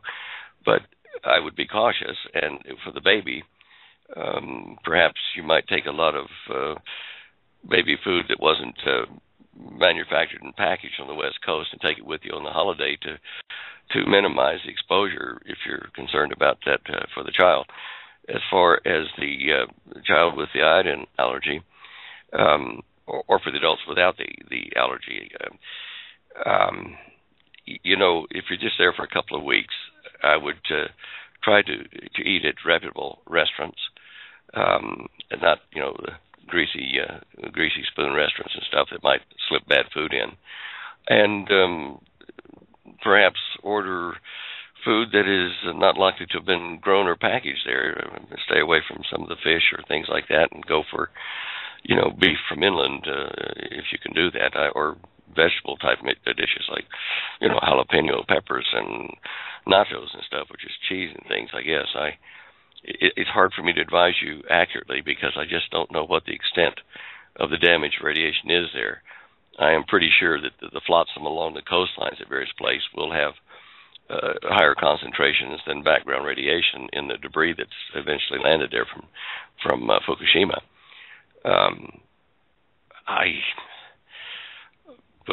I would myself not like to visit there, but that's just me. Be as cautious as you can, and pack as much as you can as auxiliary food supplies when you take the trip, and minimize your exposure to the local food if you're concerned. He shouldn't take his kids to the ocean and flop around in the tide there in the surf, perhaps, or. Well, look, normally you can see junk on the shore, these mats of stuff that float up, and I would think mainly more up in Northern California and Southern Oregon, but it's hard without sophisticated equipment to actually get a good radiation reading on things with water. Like we talked about this before, you could take these handheld radiation meters, but I've talked to the manufacturers, and it's hard to just take that radiation meter over, say, a steak in plastic wrap at the local food store and run your radiation meter and get an accurate reading because of the water content. It screws up the way the meters work. I do know that you can, with a scintillator and some of the more expensive radiation detectors, you can see deviations in background radiation, which might tell you what's happening on the coastal waters. But for a short exposure period like you're talking about, I think it'd be okay as long as they, didn't eat too much or drink too much of the seawater and stuff like that. But it is a problem, and it's not an easily detectable and solvable problem on a private person's budget. Hard question, guys. Understandable. Switching gears here, Stan, you have an article up on your website, China to Purchase the Federal Reserve by J.C. Collins. Yes. Isn't that astounding? Yeah. They've already bought the building that what do we call it? I think it was Goldman Sachs, was it? I forget. They bought a building, J.P. Morgan building. That's what it was in Manhattan. And the Chinese paid like $725 million for that. Okay, so how long is it before they own J.P. Morgan banking facility and other banks? And what I'm really seeing is strange about all this is we've known that the Chinese were hanging out there in the wings, waiting for the American dollar to default, and then saying, well, we want to collect, assets that you've backed your loans from us with, and that would be like, banking consortiums, and it would be like the mortgage, Fannie and Fannie Mae and Freddie Mac, but that would probably cause too much, strife. So what they're looking at doing at the Federal Reserve, and with China looking at, controlling the Federal Reserve, is they're looking at having a value of the U.S. dollar within the United States different to the federal dollar traded outside the United States. And for the life of me, I don't know how that's going to work without absolute chaos, but it means that you couldn't buy much overseas with the U.S. dollar using a U.S. dollar purchase overseas, but yet you could buy okay inside the country once it gets here, with U.S. dollars being exchanged within the United States. How you would police that, I have no idea, but it tells us that China is angling to totally control the U.S. economy and, tell us what we can and can't buy with our dollar internally, much less, overseas with the oil prices and things like that going to probably be to a either an international U.S. dollar or to the yuan or to a new unit of money that will be in the international or global economy fairly shortly, some kind of a digital reserve. I don't know why people can't see this happening. It's just amazing. Hold on one second here. Sure, and it's frightening to think that China, of all places, Hey, if that's for me, Stan, I'm not here. No, sorry, it's one of our suppliers or some stuff. He can wait. Sorry, what were you saying there? I got distracted. I said it's frightening how it's China is the country that we're selling all this to infrastructure to, and in this article it goes on to say what you talked about, how the Treasury would control the country dollar and the international reserve dollar would be controlled by China and or the IMF. I could not see how that would work. Not at all. The devil is pretty predictable. He divides and conquers. He creates chaos. He's the exact opposite of order and fairness. And when they pull this kind of a stunt, dividing the dollar up to different values, it opens up all kinds of breaches of this new law or new, trading terms, which means that people will cry out for, let's have a fair global dollar of some sort, and everybody trades in that dollar, and therefore nobody can get, cheated or go to jail or whatever. Get rid of illegal drugs. By the way, have you seen the articles she's got up on the heroin increase here in the United States? Yes. Yes. Oh, well, I tell you what, that's frightening. It's definitely prophetic when it says that there's going to be the age of pharmacopoeia or pharmaceuticals, and so many people using it. I don't even know how they can afford it without being, just tools of the drug cartel somehow. It just how can people do that? Here, I know several people who have died from overdoses of heroin, and it is I know several other people who have friends that I don't know who have died from the same thing, and it is an epidemic here.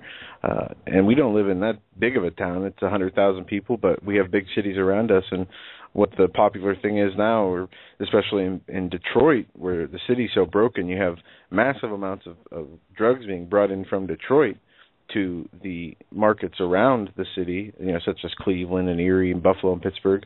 And half of the drug busts we see on TV are from people from out of state bringing the drugs in here. But it is a huge problem today, and not just in our area, in the whole country. And the Justice Department has issued an urgent public health crisis over this epidemic. Yeah, I would hate to be one of those people dependent upon that, because you and I both know that the heroin sources aren't always pure, tidy, and healthy, and good product without other things added, like horse tranquilizer and stuff like that they put in it, dirty conditions. And so, in addition to being exposed to the degrading path of being addicted to heroin, you are at risk of dying or having some horrible disease or blindness strike you from using the corrupted or polluted, poor quality manufacturer. And then, if you do survive all that, when you run out of the money you need to pay, because they may charge you on the international U.S. dollar rate versus the domestic dollar rate, then you're going to have to prostitute yourself in some way to the suppliers to get what you crave. It's just a no-win situation. Well, Stan, this brings me also to a question, too. You mentioned a couple of things. I'll just give you an observation first, because to give your voice a rest, by the way. I was in the post office today, and I was at the counter and sending out, for the folks listening, sending out another batch of our constitutional booklets. But that said, the aisle next to me, in surprise, there were actually two workers at the counter this time. At the aisle next to me, there was a woman who came in carrying a young woman, probably in her 20s, mid-20s, with a child in a bassinet or a basket or car seat turned, how you carry the car seats. And she put the child down, and she was buying stamps. Now, she bought a sheet of stamps. I don't know. I think $4.90, or no, it was under $20. But I overheard the conversation, and folks, I'm getting to a point here. I overheard the conversation that she was having with the clerk behind the counter, and she said, "These are for my wedding invitations." Now, if you think about this, this baby probably was, I don't know, probably 6 months, 8 months old. If that. Here she's getting stamps for her wedding invitations. The clerk said, "Well, do you know how much they weigh? Because some of them weigh over whatever the postal limit is for first-class mail." And she said no. But anyway, she was going to take that into consideration, bring an invitation in. But the thing that she said struck me. She said, the wedding is... she said, "I haven't gotten the invitations back from the printer yet, and I'm just here buying stamps a little bit at a time so I can afford to, so I don't have to outlay all this money all at once to send out the wedding invitations." And I'm thinking, here she is with a child, 6, 8 months old. Now, this is not, I don't mean to be denigrating her at all, but if you think about this, in buying postage stamps, can't buy any significant amount of postage stamps. Man, there's something wrong here. And yeah, you've got this rampant use of heroin. Compare that situation, the absurdity of that situation, to and her inability to buy postage stamps, and you've got this heroin problem where that there's people on the streets buying this stuff at a premium. I don't know, Stan. Everything's upside down and backwards. It really is. I was thinking about what you're saying about that woman with the child there. Maybe she was hoping that the wedding invitations would return wedding gifts that would exceed the value of the stamp she had to purchase. Maybe that's she's depending on that. Good point. I just, I seriously felt my heart hurt for this young lady. Yeah. Compassion, but I'm thinking, here she is with a child, and didn't have the wedding invitations yet, but we're getting them. But having to make multiple trips to the post office for postage stamps, and if you think 49 cents a stamp for a first-class mail, if she invites, 200 people to a wedding, and then that's probably, I don't even know how many, what's on average, or 100 people is $49. It just to me, it shows the depth, the very deep poverty that a lot of Americans are living in right now, if what she says is true. I know. And it's getting worse by the day. Oh, man, yeah, it is. Okay. There was another question here, Stan, by a gentleman. Let me just pull this up because, this is from Doug C. Is the sun rising now more north than it used to? He said, "I know it rises in the east, but now I notice it shines in my eastern exposure window visible to me when it usually didn't do that this time of year, until the vernal equinox." Are we seeing a shift in? And there was a time, and call me crazy. There was a time when I was in Florida. This is probably 10 years ago now, when my stepson was in Embry-Riddle. And I looked out over the ocean, and I could swear that the sun was not where it should have been. And I thought, no, this is just like an optical thing going on here. It's not right. That's just me. I'm just, one too many margaritas on the beach or something. But Doug C. is saying that he's noticing that, or seems to notice that the sun appears to be rising more north than it used to. In the east, yet more north. So, is this happening, or what? I haven't detected that. The way I usually try to check these things is on the day that we get the report, if it's a current report saying it happened this morning, it didn't rise in the right place, is to immediately go to Stellarium, which I know Joe uses too, to calculate the position of the sun where it should be, at that point on that day, and look and see if it is where it belongs.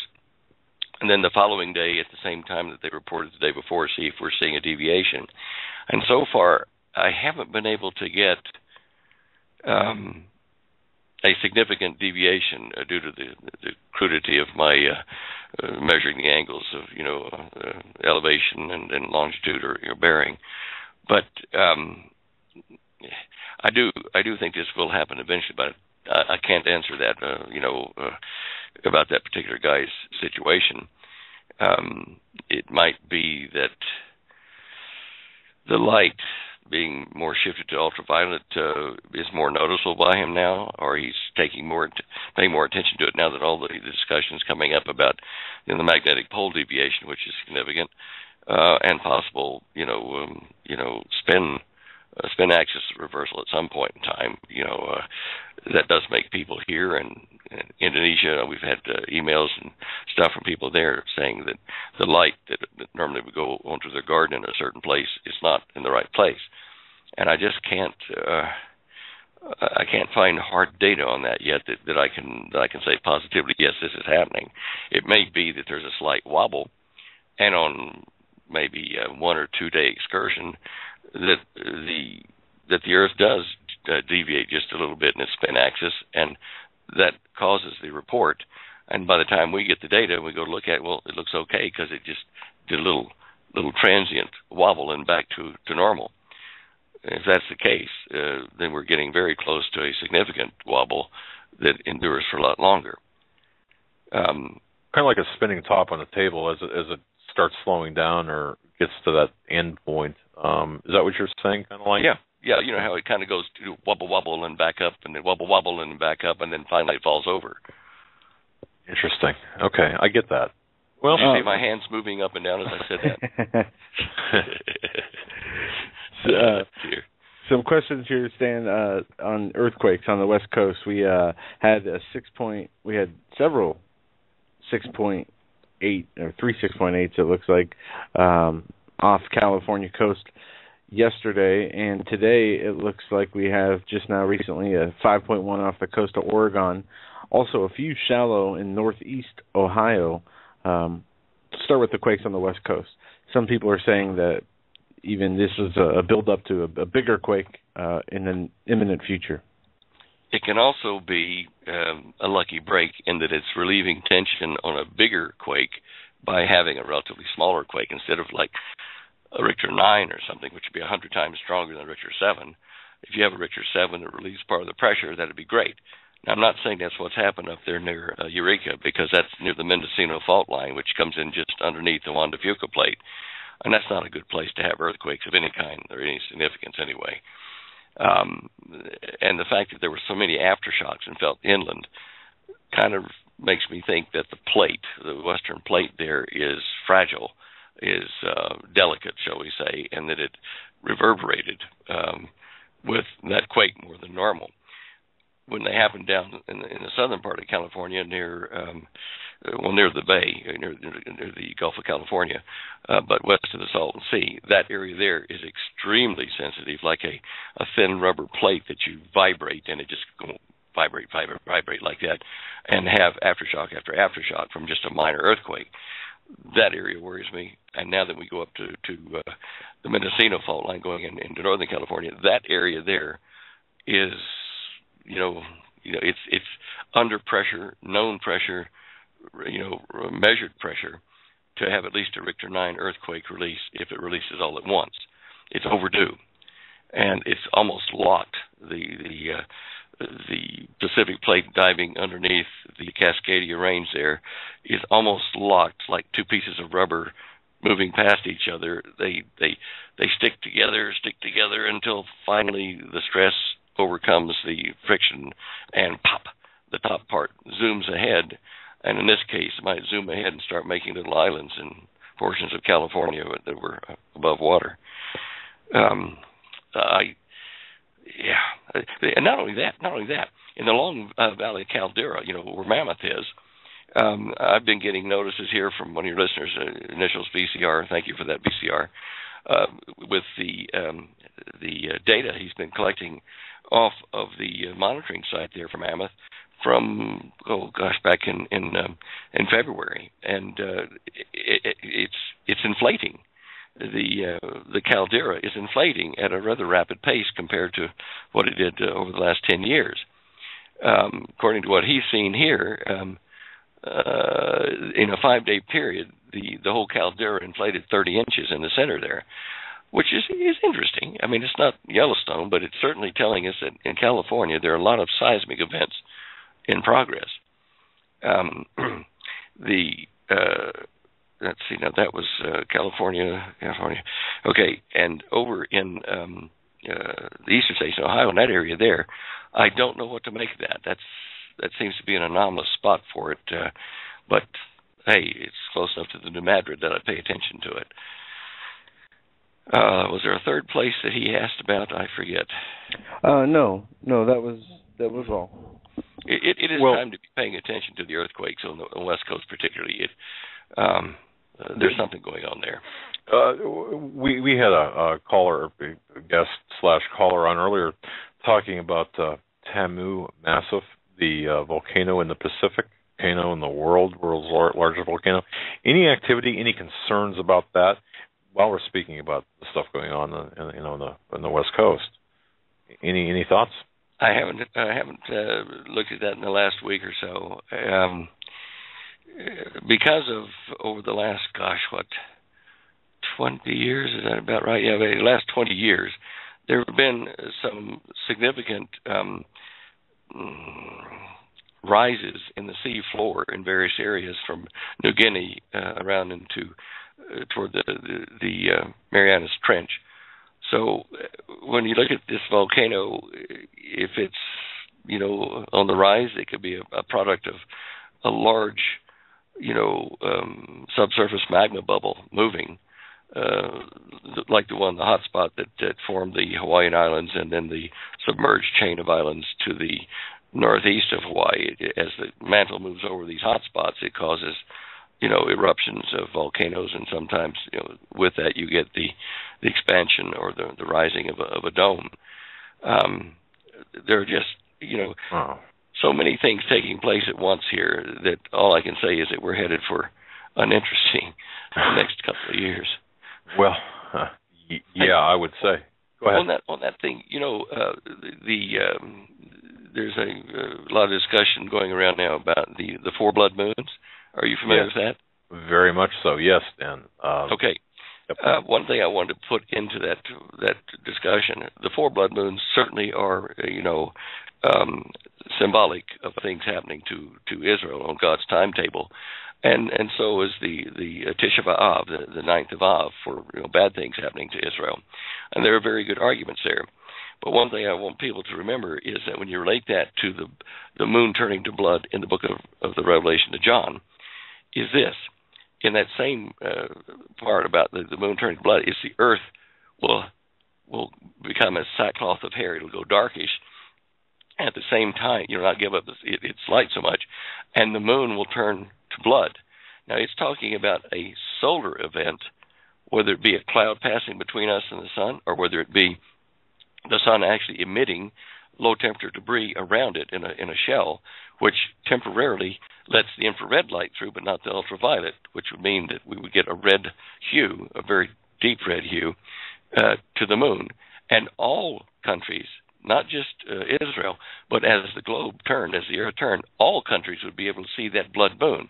Not the way it is with a blood moon sign when the earth is between the sun and the moon, because that's only visible at certain parts of the planet, and then it passes. That's only like a signpost, and that's not the event talked about there. Connected to the sun. The sun is going to be one of the major factors that the good Lord uses to punish an earth that has gone, the way of chaos with Satan. And so those kind of blood-colored moons need to be separated, one for signs and one for actual event that is occurring on the sun and affecting the light on the moon. And, of course, when the sun then gets 7 times as bright as it is now in the ultraviolet spectrum, people will run underground.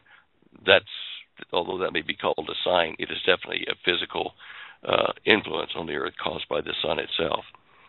Anyway, that's just my, I wanted to put that into the melee, as it were.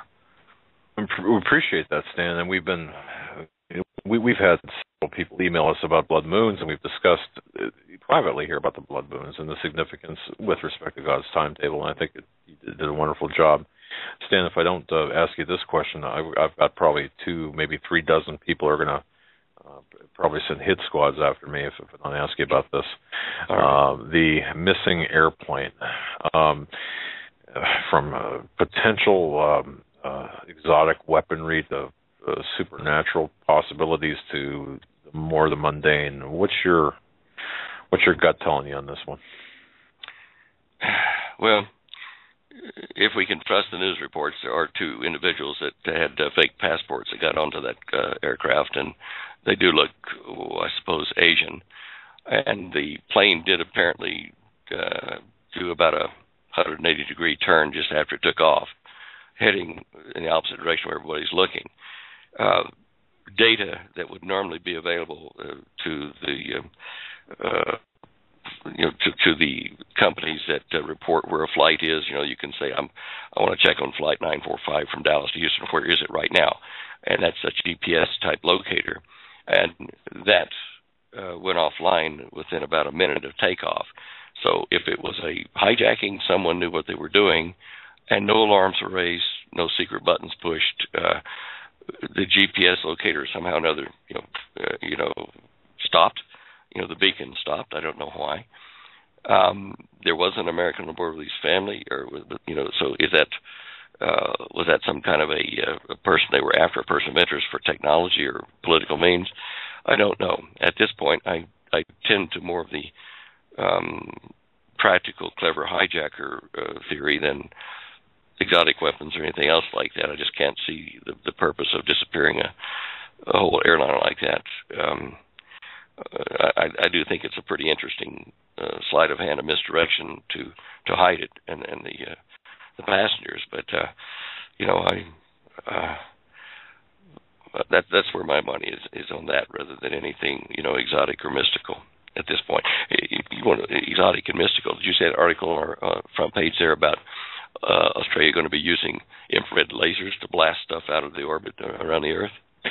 Yeah. I'm not even sure where to go with that. I did see that, and I'm Stan. I don't even know what to ask. So, well, we do have thousands and thousands of pieces of junk up there that have, they're still in orbit and gradually degrading their orbit and being burned up as they hit the atmosphere. But the Australians are wanting to develop an infrared, a heat-type laser that will penetrate up to the orbit of where these things are, locate a target, overheat it, and I guess explode it, or push it out of its orbit so that it decays more rapidly and burns up. Because this stuff floating around, it's like that movie Gravity, where you have debris that you hit a debris field. You don't see it until it's on you, because depending upon how the debris was generated, what kind of an orbit it was generated in, the debris can either be coming at you at about 17,500 miles an hour on a side swipe, which would then be relative a few thousand miles an hour, or it could be stationary and you could hit it at 17,000 miles an hour, or it could be coming in an opposite orbit to you and hit you at around relative 35,000 miles an hour. At those kind of speeds, a grain of sand will punch a big hole in most pressurized spacecraft, and it doesn't do too much good to weather satellites and geostationary, GPS satellites and TV satellites, things like that.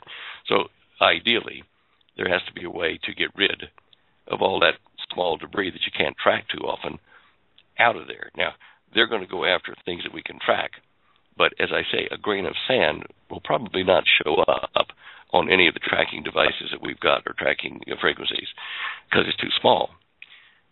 There have been suggestions made to pick an orbit that will not interfere with any of the other, orbits above it or below it, and release some kind of a cloud of something or other to collide with a lot of the small particles, and like a net, cause them to coalesce and to crash and get out of the way.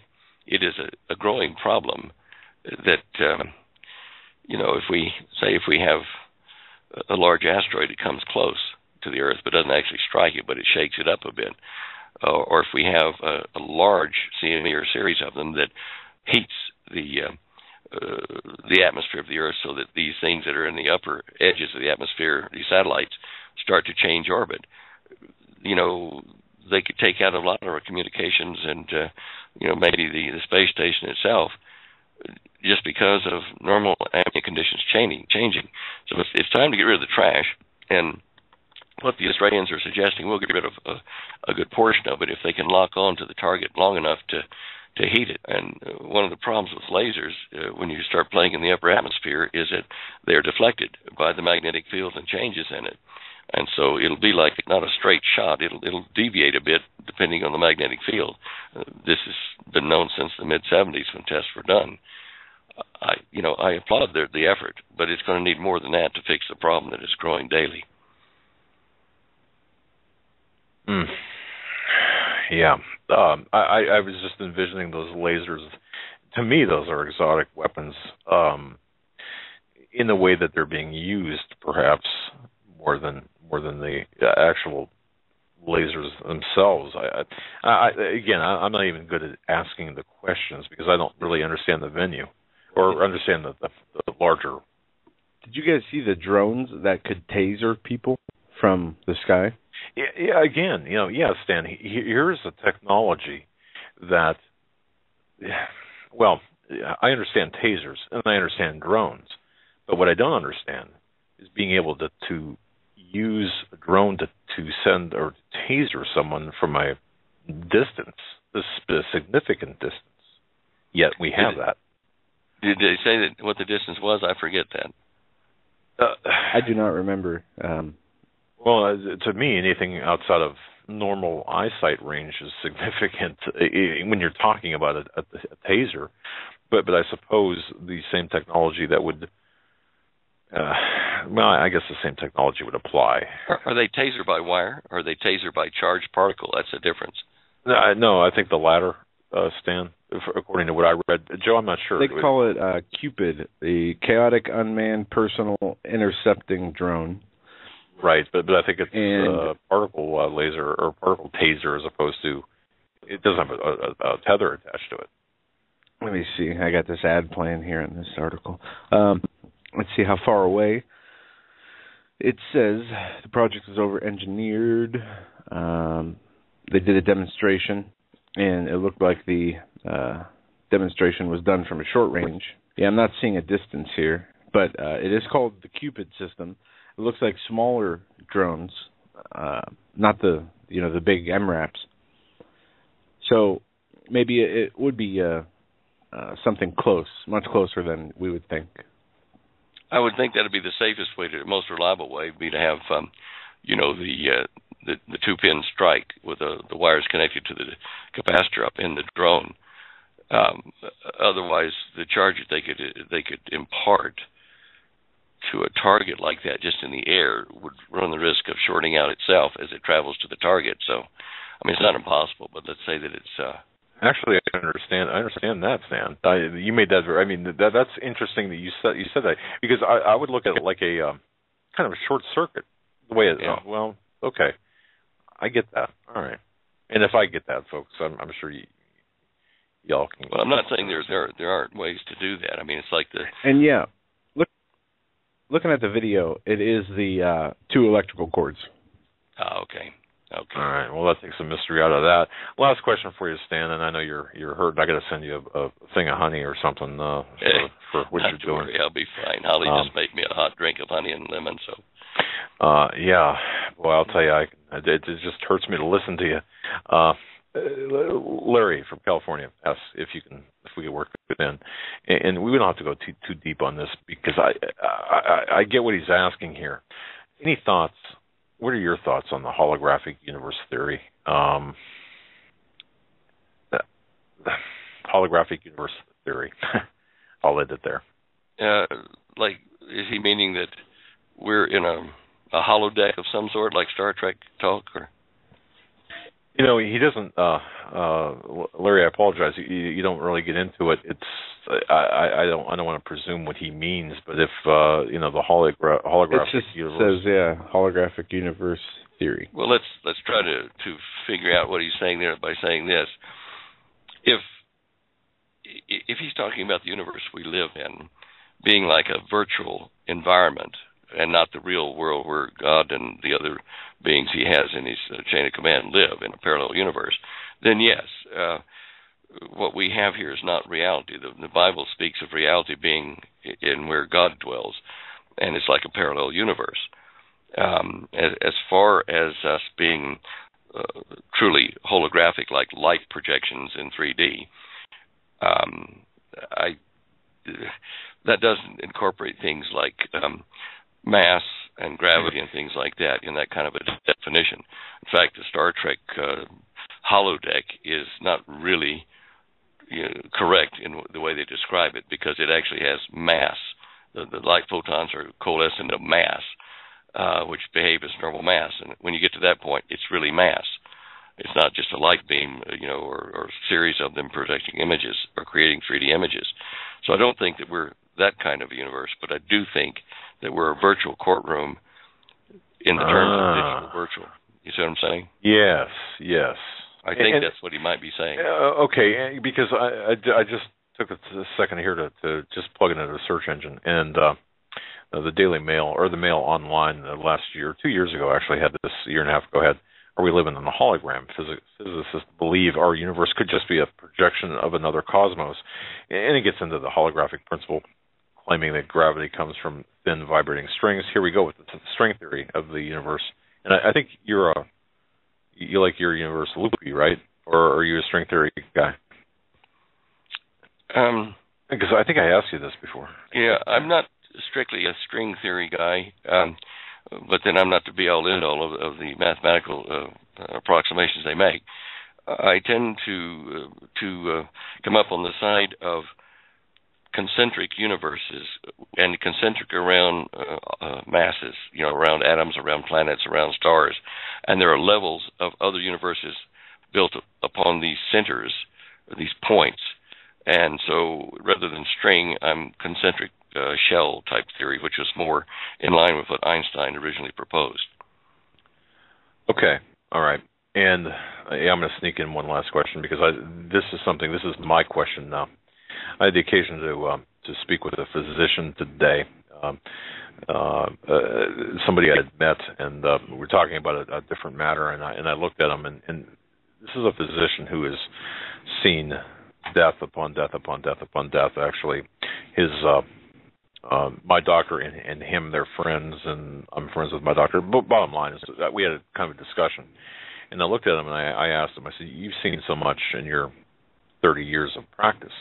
I said, I asked him, I said, "Would you be surprised, or have you considered that consciousness resides outside of the body?"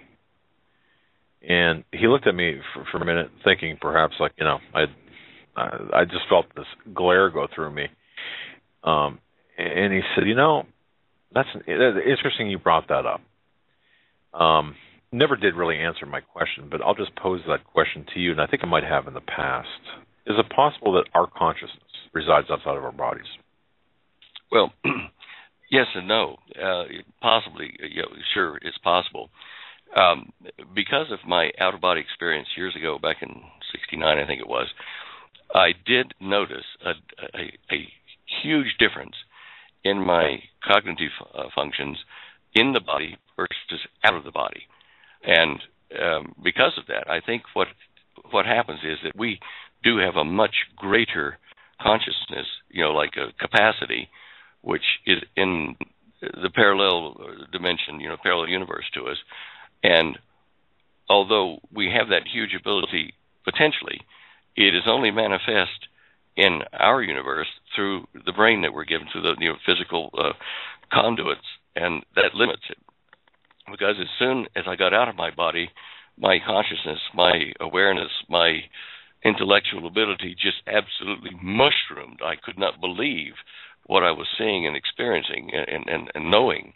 But yet when I came back into my body, I was pulled back in. It was like going into a very tight shoe, and all that goodie out there that I experienced in that increased mental ability fell off the sides of the tight shoe, which was my body. And although pieces of it have become available to me over the years since then, the whole picture has not. So I do believe that our brains are neural pathways, which are a continuous circuit looping upon looping and modulating itself in our bodies. But the real memories and function that we have is basically outside the body in a parallel universe and only manifest in our universe to a small degree in these bodies. I think that's one of the reasons that the good Lord says He's got a record of everything that you've thought or done, because your neural pathways exist, or the information passing through them exists in the parallel universe where He dwells. Thank you for that. Yeah, great. Does that make sense, guys? Yeah, it does. Very much so. And it answers a lot of biblical, spiritual questions as well. So thank you for that. Hey, speaking of biblical things, did you see on the front page there about the massive dinosaur soft tissue discovery in China? It had skin and feathers on a dinosaur they dug up in China. No. Yeah. It's in a fossil bed. And get this. This is supposed to be a 160 million year old fossil, and it's got skin and feathers that aren't degraded. I mean, wow. 160 million years, give me a break. This is putting us to a much younger Earth, and the Chinese are helping prove it. Wow, I'm going to have to check that out. Yeah. That sounds very interesting. You said it's on the front page? I think it is. Okay. It's done by the Truth magazine. Dinosaurs. I'm looking as we're speaking here. I got it here. It's under it's under the giant laser story. A few stories under that massive dinosaur soft tissue discovery in China. Yeah. Wow. I mean, that's just cool news. I tell you what. There's work done by a friend of mine, a Christian friend named Barry Satterfield, on the change in the speed of light, and how when you plot the slowing of the speed of light from data that was collected 200 or 300 years ago, and plot the curve, it's what's called an exponential decay, and it allows you to project the oldest age that the Earth could really be. And combined with what he found by another doctor's research on the decay of our magnetic field of the Earth from its most powerful to what it is now, that the Earth, at the longest stretch of imagination, is around 50 to 100,000 years old. And all of these other things are crammed within that time frame. All right. Well, this is an excellent article. I appreciate you bringing this up, Stan. I'm going to do some researching into this and into the science behind the decay and how that takes, and see what I come up with myself here. But we're not going to keep you on any longer. We wish you and Holly... Oh, no, we apologize for keeping you over. You and Holly, we're going to be praying for you and wish you guys a fast recovery, and we need you in the best of health possible. And I don't know how your weather forecast looks there, but we are going to be getting another cold front with a snowstorm actually tomorrow. But it's been warming up besides that, and I hope the same as where you are. It'll be warming up. Our weather is taking a dive to the worst. We had 50-mile-an-hour gusts around here today. At I don't know what the real temperature, or the what do you call it? The wind and temperature adjusted real temperature is. Wind chill. There you go. But I was out in it today wearing a leather vest, a leather coat, and I was freezing. It went straight through the bone, and it's only 35 degrees now, but with 50-mile-an-hour winds, it's just like icicles going through your body. Yeah, absolutely. Today was about 55 here, and it's going to be they say a low of 6 tonight, and tomorrow we're supposed to get 6 to 12 inches of snow. So, and I tell you, Stan, as we age, man, that really plays havoc on your body. It really does. Really? Wow. Yeah. Joe, when you're looking up all that stuff on that, age of the Earth and that kind of stuff, check on things like Glen Rose Dinosaur Museum, and because I've actually laid in a dinosaur footprint, and right next to it in the same sediment was a fossilized footprint of a man, a human, and that was years ago I did that. Since then, this Glen Rose, Texas Museum have shoveled the dirt off of the rest of the riverbank going back in where the tracks were heading, and either the man was tracking the dinosaur or they were walking along together, but they were concurrent timepieces where the dinosaur and the man were walking and living at the same time period. And that's just cool. I mean, that's, wow. And that wasn't very deep in the ground. Anyway, you might interesting. Find that an interesting topic to explore. Well, I appreciate that. Yeah. Okay. I better get off and wind up here too. Well, you take care of yourself and 40 minutes of the Hagman and Hagman Report, as our interview with Stan went over a little bit, as it does just about every weekend, as there is so much to talk with him about. We'd keep him for the whole show if we could. And the variety of topics too, Joe, right? I mean, seriously. There is so much. We talked to him about the missing aircraft, to physics things, to earthquakes, volcanoes, earth changes, weather, climate changes. It's amazing. Every week we have no shortage of topics, from earth changes and solar events and other interesting and odd anomalies that it's not scary, but it should be an alarming, eye-opening to those, that things are happening so fast, so rapidly. You got to wonder, what is really unfolding here. One thing, I just happened to catch this as a statistic, and this surprises me, because this, to me, this one statistic perhaps describes, or at least provides reasons for why we are in the mess we are today. Folks, I want you to think about this.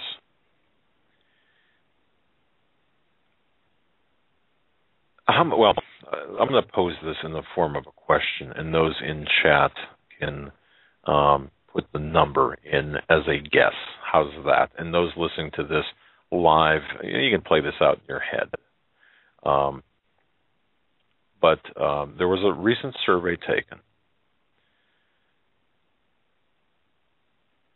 Let me see how to ask this question here. Okay. There was a recent survey taken, and just fill in the blank here. Only blank % of all Americans can tell you in what year the 9/11 attacks happened. Okay, I'll repeat that. Only blank % of all Americans can tell you in what year the 9/11 attacks happened. 15%. Let me just see here. And that's not generous at all. That's well, I made that low, very low on purpose. Okay. I don't see any accurate. I see a 5 and a 10. You guessed 15%, 20% no. Okay. Here's the bottom line. I'll tell you in about. Let's see. It's not 60. It's lower than 60. Okay. And I'm going to. Is it lower than answer. 50? Yes. I will get in 5. I'll give you the answer. 5, 4, 3, 2, 1. Okay, 30%. 30%. Now think about that. Only 30% of Americans, or 30% of Americans. I'm sorry, 30. I want to be very accurate when I say this. Only 30% of all Americans can tell you in what year the 9/11 attacks happened. So that means 70% don't know what year 9/11 took place. Think about that, folks. Okay. Hitting a few pieces of news here before we take calls. This is from SHTFplan.com. Homeland Security pre-staging a domestic military force.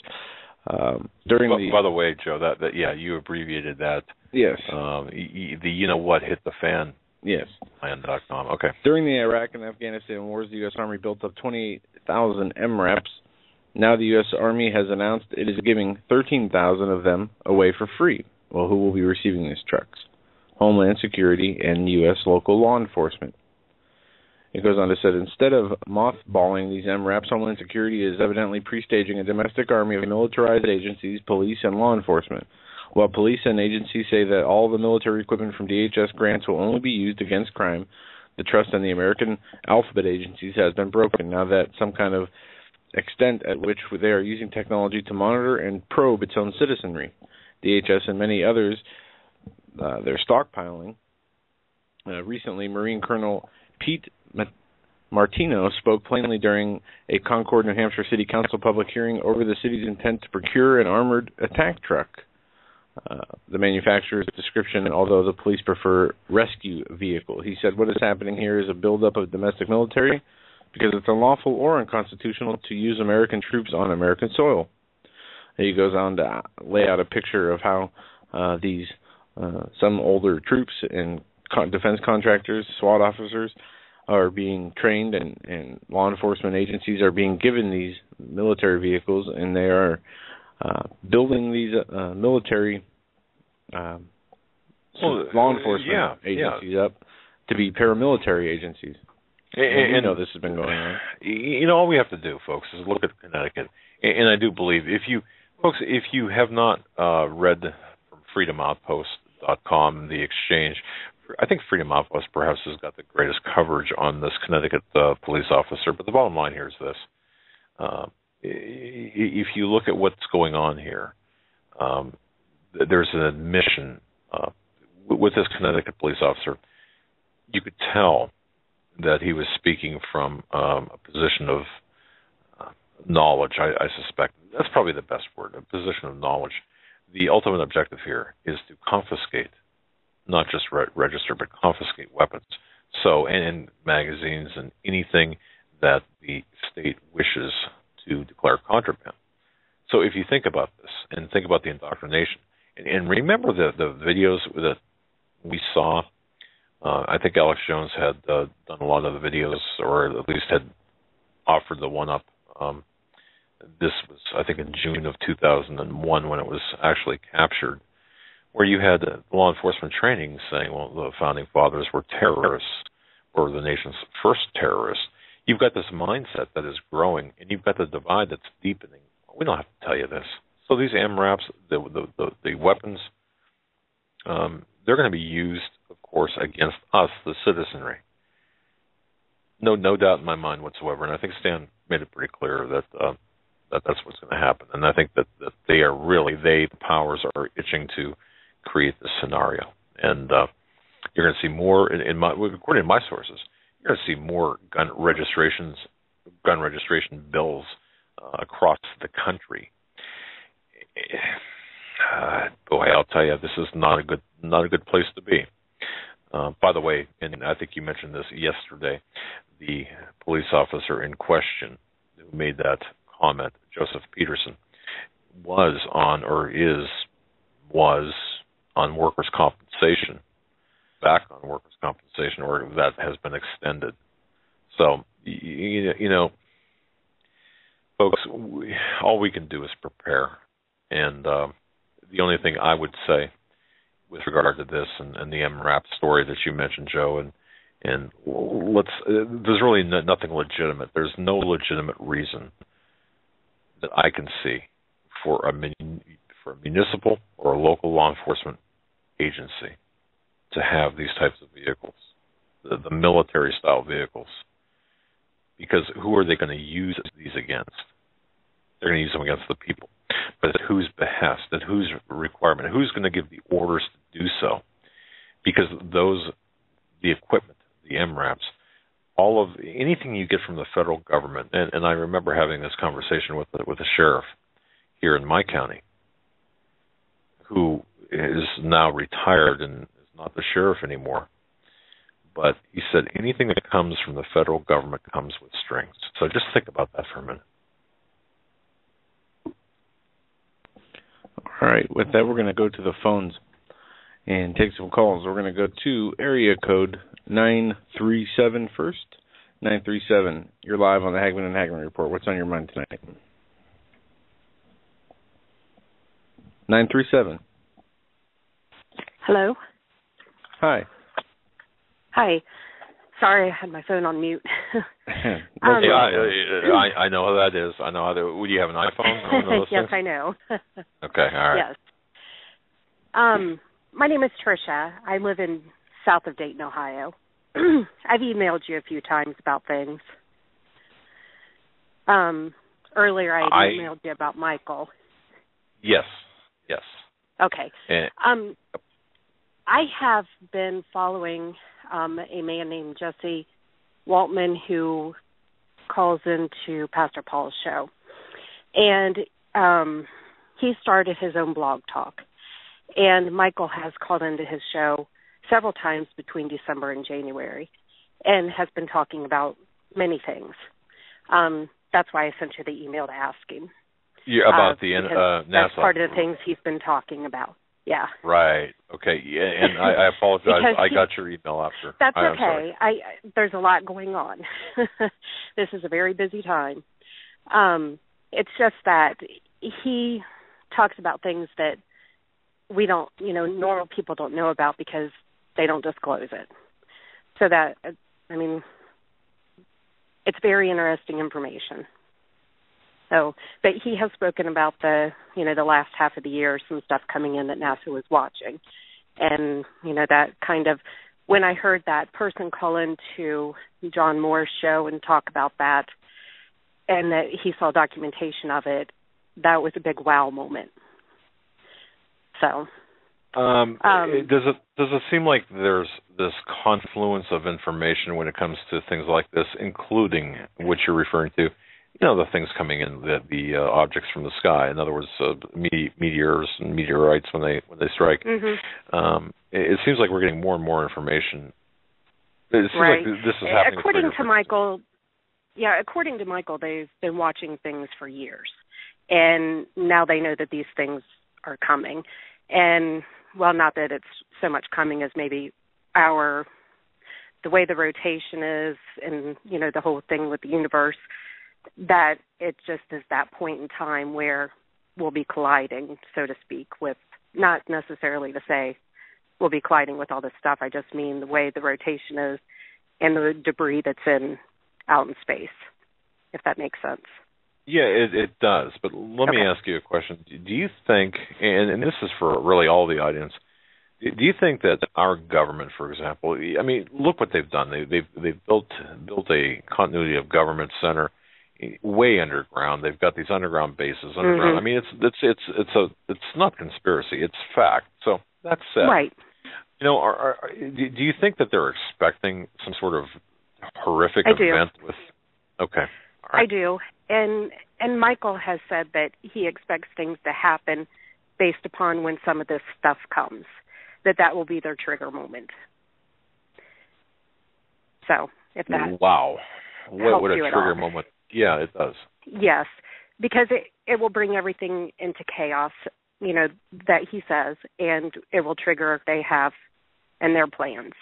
And Michael, when he, had spoke about it, it was the last half of the year. So when I listened to that part of the show, and that man specifically said September, October, and, it was a wow moment because he had claimed he had seen documentation. And knowing that they've been watching things that they're not sharing, it makes you want to keep your eyes open. Indeed, it does. And we're going to keep track of this, Trish. We're going to keep our eyes on this. And anything we do learn, in addition to what was said, we'll tell you. But go ahead. I'm 43, almost 44, and I have 3 teenage kids. And last year, a friend of mine kind of woke us up even more than what we already were because we didn't feel things were right anyways. And we've never trusted the government, so, nothing surprised us. But I've just spent a lot of time trying to learn because there's so much that's gone on, and it's like you woke up one day and life isn't what it was. And you just I don't know how to explain it. You kind of feel lost because you're in another dimension of life that you can't go back to. if that makes sense. Yeah. So when I send you these emails, I'm trying not to be person, but I listen to lots of different things because I'm trying to learn so I know what to do with my family, if that makes sense. Makes perfect sense, and we're doing the same thing. We're trying to learn as well, and we research. And, go ahead. The other thing is Stan had talked about the whole heroin thing, and I called in. I think it was last week. I work at a inner city hospital, and I work in the ICU, and we've always had people come in, with drug overdoses. But it's really gotten bad. And matter of fact, half of our ICU at a time could be heroin overdoses. And some of it has been accidental and some of it has not. The interesting thing is the majority of these people don't work. So how are they buying it? How are they buying the drug? I really wish I understood that. We have a patient right now who they are saying it was an attempted suicide, but he has never worked a day in his life, and he deals, and he's in there, and I don't know, I don't understand. From what I understand, you can go to any corner in the city and buy it for a pretty inexpensive price. But it just amazes me how we have to go to work and we have to do without things because, the price of food is going up and, along with other things, but we have to do without. But, then there's these people who they don't work at all and they're spending money on drugs. I hear you. Yeah. Yeah. This is, I think we are into some interesting territory. I had some magazines, Newsweek type magazines. I don't recall if it was the News and World Report from back in the late 1960s talking about the heroin, opium, marijuana, even problems back then. Mm-hmm. And it's interesting because I do believe, Trish and ladies and gentlemen listening, I believe that our government, for better or for worse, for whatever reason, is involved in the drug trade industry. I mean, it's I totally do as well. And I think it's done intentional because you have people who aren't paying attention. They're not paying attention because they're under the influence of drugs. And, they are no longer a part of society that would stand in their way for anything that they would have planned. It's, to me, it's a control mechanism. And, since you're seeing it in anywhere from teenage kids all the way up to people in their 60s and 70s. There is no set age. It's a huge span. I'm just trying to wrap my head around this. We'll say a 70-year-old man with a syringe sticking out of his arm. Really? We have people in their 60s and 70s that still do. Yep. My word. Okay. Yep. And wow. Yeah, it's a huge problem, and it's increased. It didn't used to be the heroin, but now that is the drug of choice. But I can't imagine. It's a huge problem. Trish, I mean, I can't imagine, and folks, sticking a needle in your vein every day. I can't either. I hate starting IVs on people, let alone for somebody to do it for fun. I mean, it's no fun. My word, I'll tell you. Yeah. Wow. Well, thank you for the information. I didn't know that Stan's wife had started, the news on the page again, so I'd gone to it while, your show was going on. And there was an article on there about a man in Ohio, about the 14-year-old girl. And, it just amazes me that the media, I know we talk about this all the time, but when that girl was missing with this man, it was on the news all day until they were found. And not once did they ever mention anything about the things that were on his website. And the mother and the daughter were friends with the family. because he's married and has a daughter the same age. And not once did they ever say anything about him and what he had going on. What was going on? It's something about he is some werewolf enthusiast, and he had started some kind of, I don't know, for lack of a better word, a cult with teenage girls. Not once have I heard that on our news. Not one time. So it's amazing when you have to get on other news to find out what's really going on in your town. That's true, and yes, and in fact, Russ Dizdar is a leader in talking about this. This actually is a bigger problem, and you'd think that this is really out there, but this is a huge problem. These cult-like groups.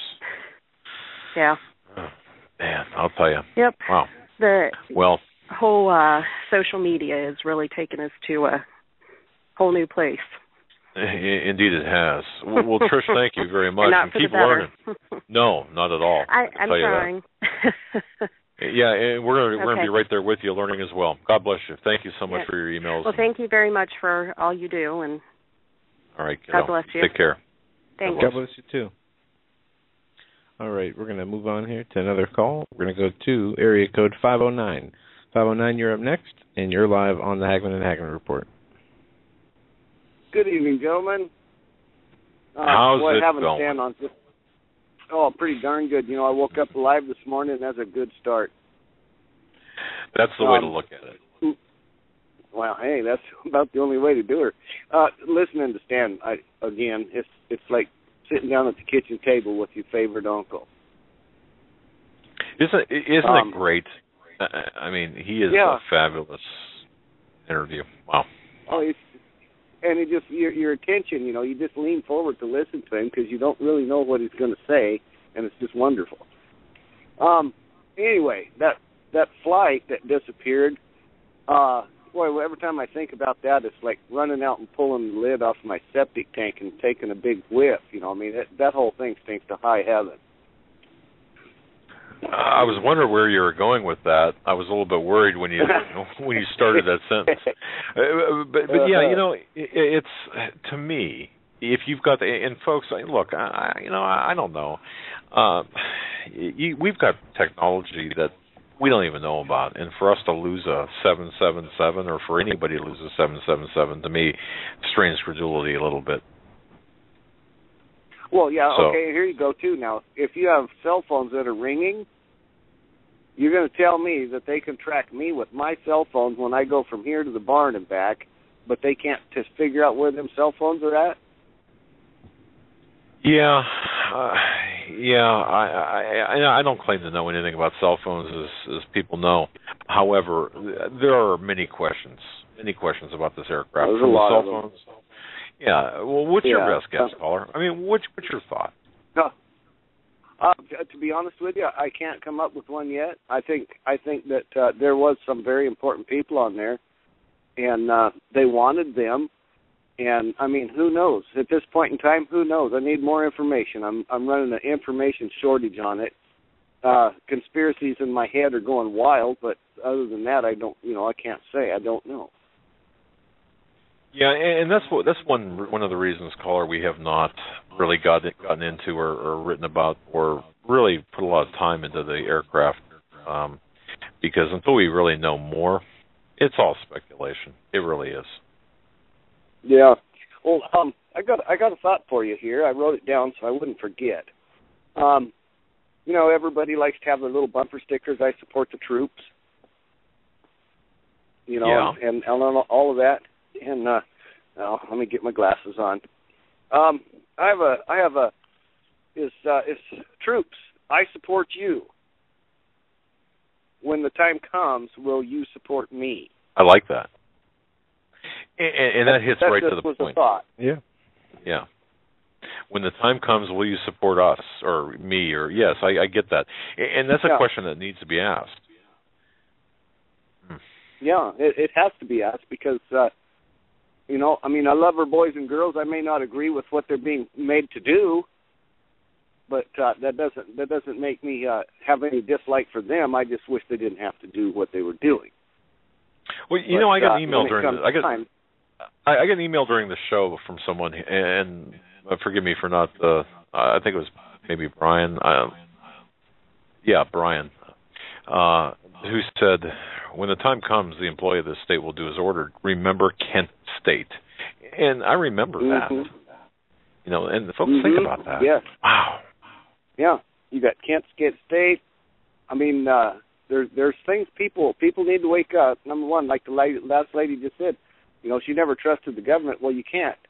And right now, anybody who believes anything that comes out of the government's mouth, I don't care what level, just remember, it wasn't too long ago that they made using propaganda on the American people legal. Oh. So, yes. So for that right there, just told me, okay, I didn't believe them before. Now they just gave me the biggest reason why no one should ever trust them, period. Caller, let me ask you a question, and Joe, I'll ask you this too. I've been getting emails pretty much all day, and this kind of segues into what you're talking about, caller. Conspiracy Theories YouTube channel apparently hosts our show, but anyway, the account got terminated because of issues of sensitivity of information. Do you know anything about that, Joe? And no, caller, have you heard about I don't that? know anything about it. No, and Dad, if you can, throw that information in an email for me, and I'll look into that later on. I've been getting a lot of emails about a lot of things disappearing. I guess the reason I mentioned this, I've been getting a lot of emails about videos and other things disappearing from the internet. I'm just wondering what's going on. Well, there's a lot of things. There's a lot of things disappearing off the internet right now, and here's something else for you. Sometimes, whenever I log on to your show, you know, it has an amount of time. Then either if I log on early until your show starts, and then whenever show time, according to my clock, comes on, then it sits there and waits for your show to start. Now, I have noticed whenever your show starts, I have had the clock on the timer set back sometimes as much as 4 minutes. Huh. And your show is not the only one. I've seen other shows. I've seen the clock set back anywhere between 2 and 4 minutes. Very interesting. Very interesting. Yeah, I see a lot of that stuff. But there is a lot that's just disappearing off the net. You can read. I was on one article, and I thought, oh, you know, I should have taken a picture of that. And I went back for the article, and it did no longer exist. That's caller. That's one thing that I will say, and to everybody listening, if you come across a story, or if you were actually, let's say, for example, tracking that flight of that plane live on Flight Tracker, or anything that you feel is significant, download it, capture this, do a screen capture, whatever you got to do, because you just don't know if it's going to be there tomorrow or when the next time you go to grab it. You don't know if it's going to be there 1 or 2 clicks away. I mean, I've had some stuff disappear whenever it was 2 pages. Click on it, the second page wasn't there. Hit the back button, and the page is gone. I mean, there are things they don't want out, and they're going to make sure that they're not there. They just vaporize. And by the way, last night I loved one of your answers when it comes to the rapture. Personally, I my own personal feelings is we are going to be here. Okay? But if we're lucky enough to catch that first flight out, it's like you said, and I give you a thumbs up and an amen on this one, was don't we at least owe it to the ones we leave behind to have a little food there for them. And I would like to add to that a little food, and while they're fixing it, leave them some reading material. I mean, I have a case of 20 Bibles in there right now. I'll give them away, but they can either have what's left over in the case, or a whole nother case plus a couple others that I have. Give them a little reading material while they're having dinner. Well, I'll tell you something. You know, it's for as much as the topic of the rapture is divisive, I think it's important for us to to really approach it with an intellectual understanding that, I guess we don't have enough time in the program to really go there. Just to say this, I believe that the rapture is going to take place. I just don't know when. However, I don't think we're going to be a part of that first, or I don't think it's going to happen before the uglies happen, I guess is a way to say it. Well, how does a person reject the mark of the beast if they're not here? Number one. It's a good point. It's a very good point. If you're not here, you don't have to reject it. Yes, and Pastor Langford has written a great book, Revelation 13 Revealed. It does kind of address on the periphery of the rapture, and I defer all of those questions to Pastor Langford. I think he's got the best answers, but and most well-researched. He's the most well-researched on that. Yeah, well, I know I love Hal Lindsey, but when it comes to the rapture, I'm sorry, I have to agree to disagree on some of that, but somebody's right. And in the end, when everything comes out in the wash, and I was pray for Plan A, but prepare for Plan B. Right on, my friend. On that, guys. I'll Absolutely. let you go. Love you guys. Take care. So good to hear you. Thanks, my brother. We love you too. You take care and have a great night. You too. Bye. We're going to jump on another call here. 318 area code. We're coming to you next. You're live on the Hagman and Hagman Report. We've got about 9 minutes left. Hey, how you guys doing? Doing great. Hey, excellent. Hey, listen, so I'm an IT analyst, and I wanted to just kind of weigh in real quick on this Malaysia flight thing. What I would like to do, so let me start here, right? So today I looked at some news articles, and I saw these reports about cell phones still ringing. What I would like everyone to know is that that is actually normal behavior. What happens when you call someone on a cellular network is that your network is searching for their network, okay? So the phone could be offline, but it's going to look for it. And so for that time it takes to look for the destination cell phone, you will hear a ringing sound. And if you didn't, right, you would just have dead air. That's why the ringing sound is there. Okay, I get that.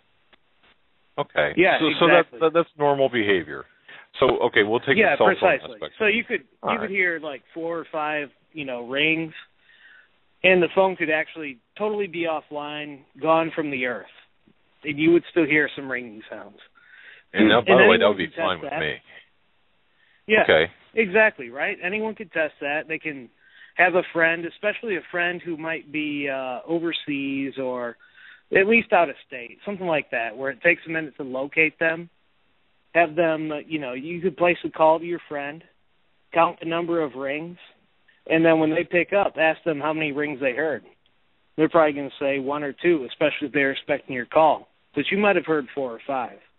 And that's what's going on. So your personal carrier, AT&T, whatever, T-Mobile, is telling you that your call number is valid and we're looking for the phone. That's it. Gotcha. No, all right. Any other thoughts on that? Go ahead. Well, yeah. So at the same time, that doesn't mean that there's not some weirdness going on. I'm just saying the fact that the cell phones still ring doesn't necessarily mean much. Were you in the business of cell phones back in 2001? The reason I'm asking, and this is kind of off topic a little bit, but the story about the cell phones, about how people were calling their families using the cell phones, and I know plane phones, I understand that, but there were still some straggly reports about people using cell phones on a plane that's traveling, at incredible speed. Is that possible? Was that possible in 2001? That's absolute nonsense. Absolute nonsense. Just like if I'm, 10,000 miles away from a cell phone tower, I can't communicate with that tower. And it's the same thing if you're in the air. You know, if you're 10,000 miles altitude, or not miles, but you get my meaning, right? If you are too far away from the cell phone tower, you cannot communicate with it. Correct. The whole story, right, about the the 9/11 planes and the cell phone calls, totally manufactured. All right, and folks, I understand, the calls from the aircraft phones. I get that, but you still have the reports from cell phones, and I just never understood that, given the fact that, heck, back then when I used the cell phone, I couldn't get a signal 90% of the time. So that's just You're me. right. All right. You're right, and for whatever reason, it's like pinching yourself to see if you're dreaming. I still check that. Yeah, every time I fly. Right, I turn on the cell phone and I check, and there's no signal, and there won't be. Of course there won't be. You cannot reach the tower. You cannot communicate with the cell phone. It's very simple. Okay. Well, and folks, I mean, you got to ask those questions because, I don't, obviously I've displayed how much or how little I know about cell phones. When you guys going to put the physical buttons back on the phones, for crying out loud, or put a rotary dial on them? Huh? Well, I don't know. It's yeah, the touch screen is the thing right now, right? Well, yeah, the thing, all right. Like I said, I think I might have launched a few missiles. I'm not sure, but anyway. Well, thank you, caller. Any closing comments here in the waning minutes of the program? How about this? Earlier you mentioned your iPhone and, like you just said, nuking the city and all that stuff. If you're really uncomfortable and want to take the battery out, it's a little bit difficult on a cell phone. If you have an iPhone 4 or a newer generation, you can do it. You need a special toolkit with a prior tool. So after you move the screws on the outside frame, you have to actually pry the iPhone apart. And believe it or not, Apple actually calls the battery a user serviceable part. So they expect you to actually be able to do that yourself. Yeah, I don't recommend it. I tried to find how to access the battery, and if I was still looking, I'd still be looking because it seemed about impossible. It's like there's no, how you have a remote control and it has the little arrow key with the two grip things for your finger to pull it down to change the batteries. Well, there is nothing that indicates that the iPhone even opens for a battery to be accessed. Right, exactly. Yeah, and I got to tell you, man, whatever this, what's it called, FaceTime? Honest to goodness, I do expect to see some YouTube video. You'll probably see me up on your YouTube video acting crazy, saying, "Look at this idiot," trying to kill his cell phone. But anyway, yeah. Fantastic information. Thank you so much for that, for clearing that up. I want to say thank you for the call. Yeah, thank you. God bless, and call anytime. All right, buddy. Appreciate it. Thanks, man. Okay, bye. All right. Boy, I'll tell you, we had a great program tonight. Michael, the first hour, Stan, the second hour, a little bit into this hour. Yeah, fantastic callers. Go ahead. Why don't you tell us a little bit about tomorrow? You have a appointment with the angel of death, or the dentist, as you like to call him. We'll be seeing you here tomorrow night. Well, yes. So I won't be as articulate, and people are laughing already, saying, "Yeah, when were you articulate before?" I've got some issues to take care of. I actually, some issues. Let's just say I've got issues well beyond the dental issues. But yeah, I'm going to see. In fact, when I called to make the appointment, I said, "Look, so the receptionist said, should we like block out the entire morning for you?" Because they know I don't like them. I said, well, I asked too. I said, now, when are you going to get up to the 21st century and offer gas, nitrous oxide, as well as Novocaine and any other type of sedatives you might have? And of course, she was laughing. Actually, I had a run-in with. It seems like every other. Seems like the last 6 months. My dog King, who's got a head like that of a bear, has seen fit to, I don't know, do something where he will put his head, headbutt me on purpose in my mouth and chip a tooth. So that and impacted tooth as well. So yeah, we'll see. We'll see tomorrow night. And I'll be a drooling mess here, which is why we don't have video yet. But beyond that, we'll see. All right. Thanks for mentioning that, by the way. Thanks. I'm just exposing everything today. I just wanted to let listeners out there know that you might not be 100% or even really be around tomorrow, depending on how things go. So I'll be here, and I'm. You think you're going to come on air if you're just sitting here drooling and spitting out blood? You got another thing coming. I hopefully that won't get to that point. But folks, thank you for spending your time with us, and hopefully we've given you more. We've left you with more than you came with, and if that's the case, God bless. I mean, that's great. And join us tomorrow night. Keep watching for that Malaysia flight just to pop up somewhere. Just never know. That's true. Until tomorrow, God bless. Stay safe. We'll see you back here at 8 p.m. Eastern Time, possibly with a guest. Maybe not. Either way, we'll see you tomorrow.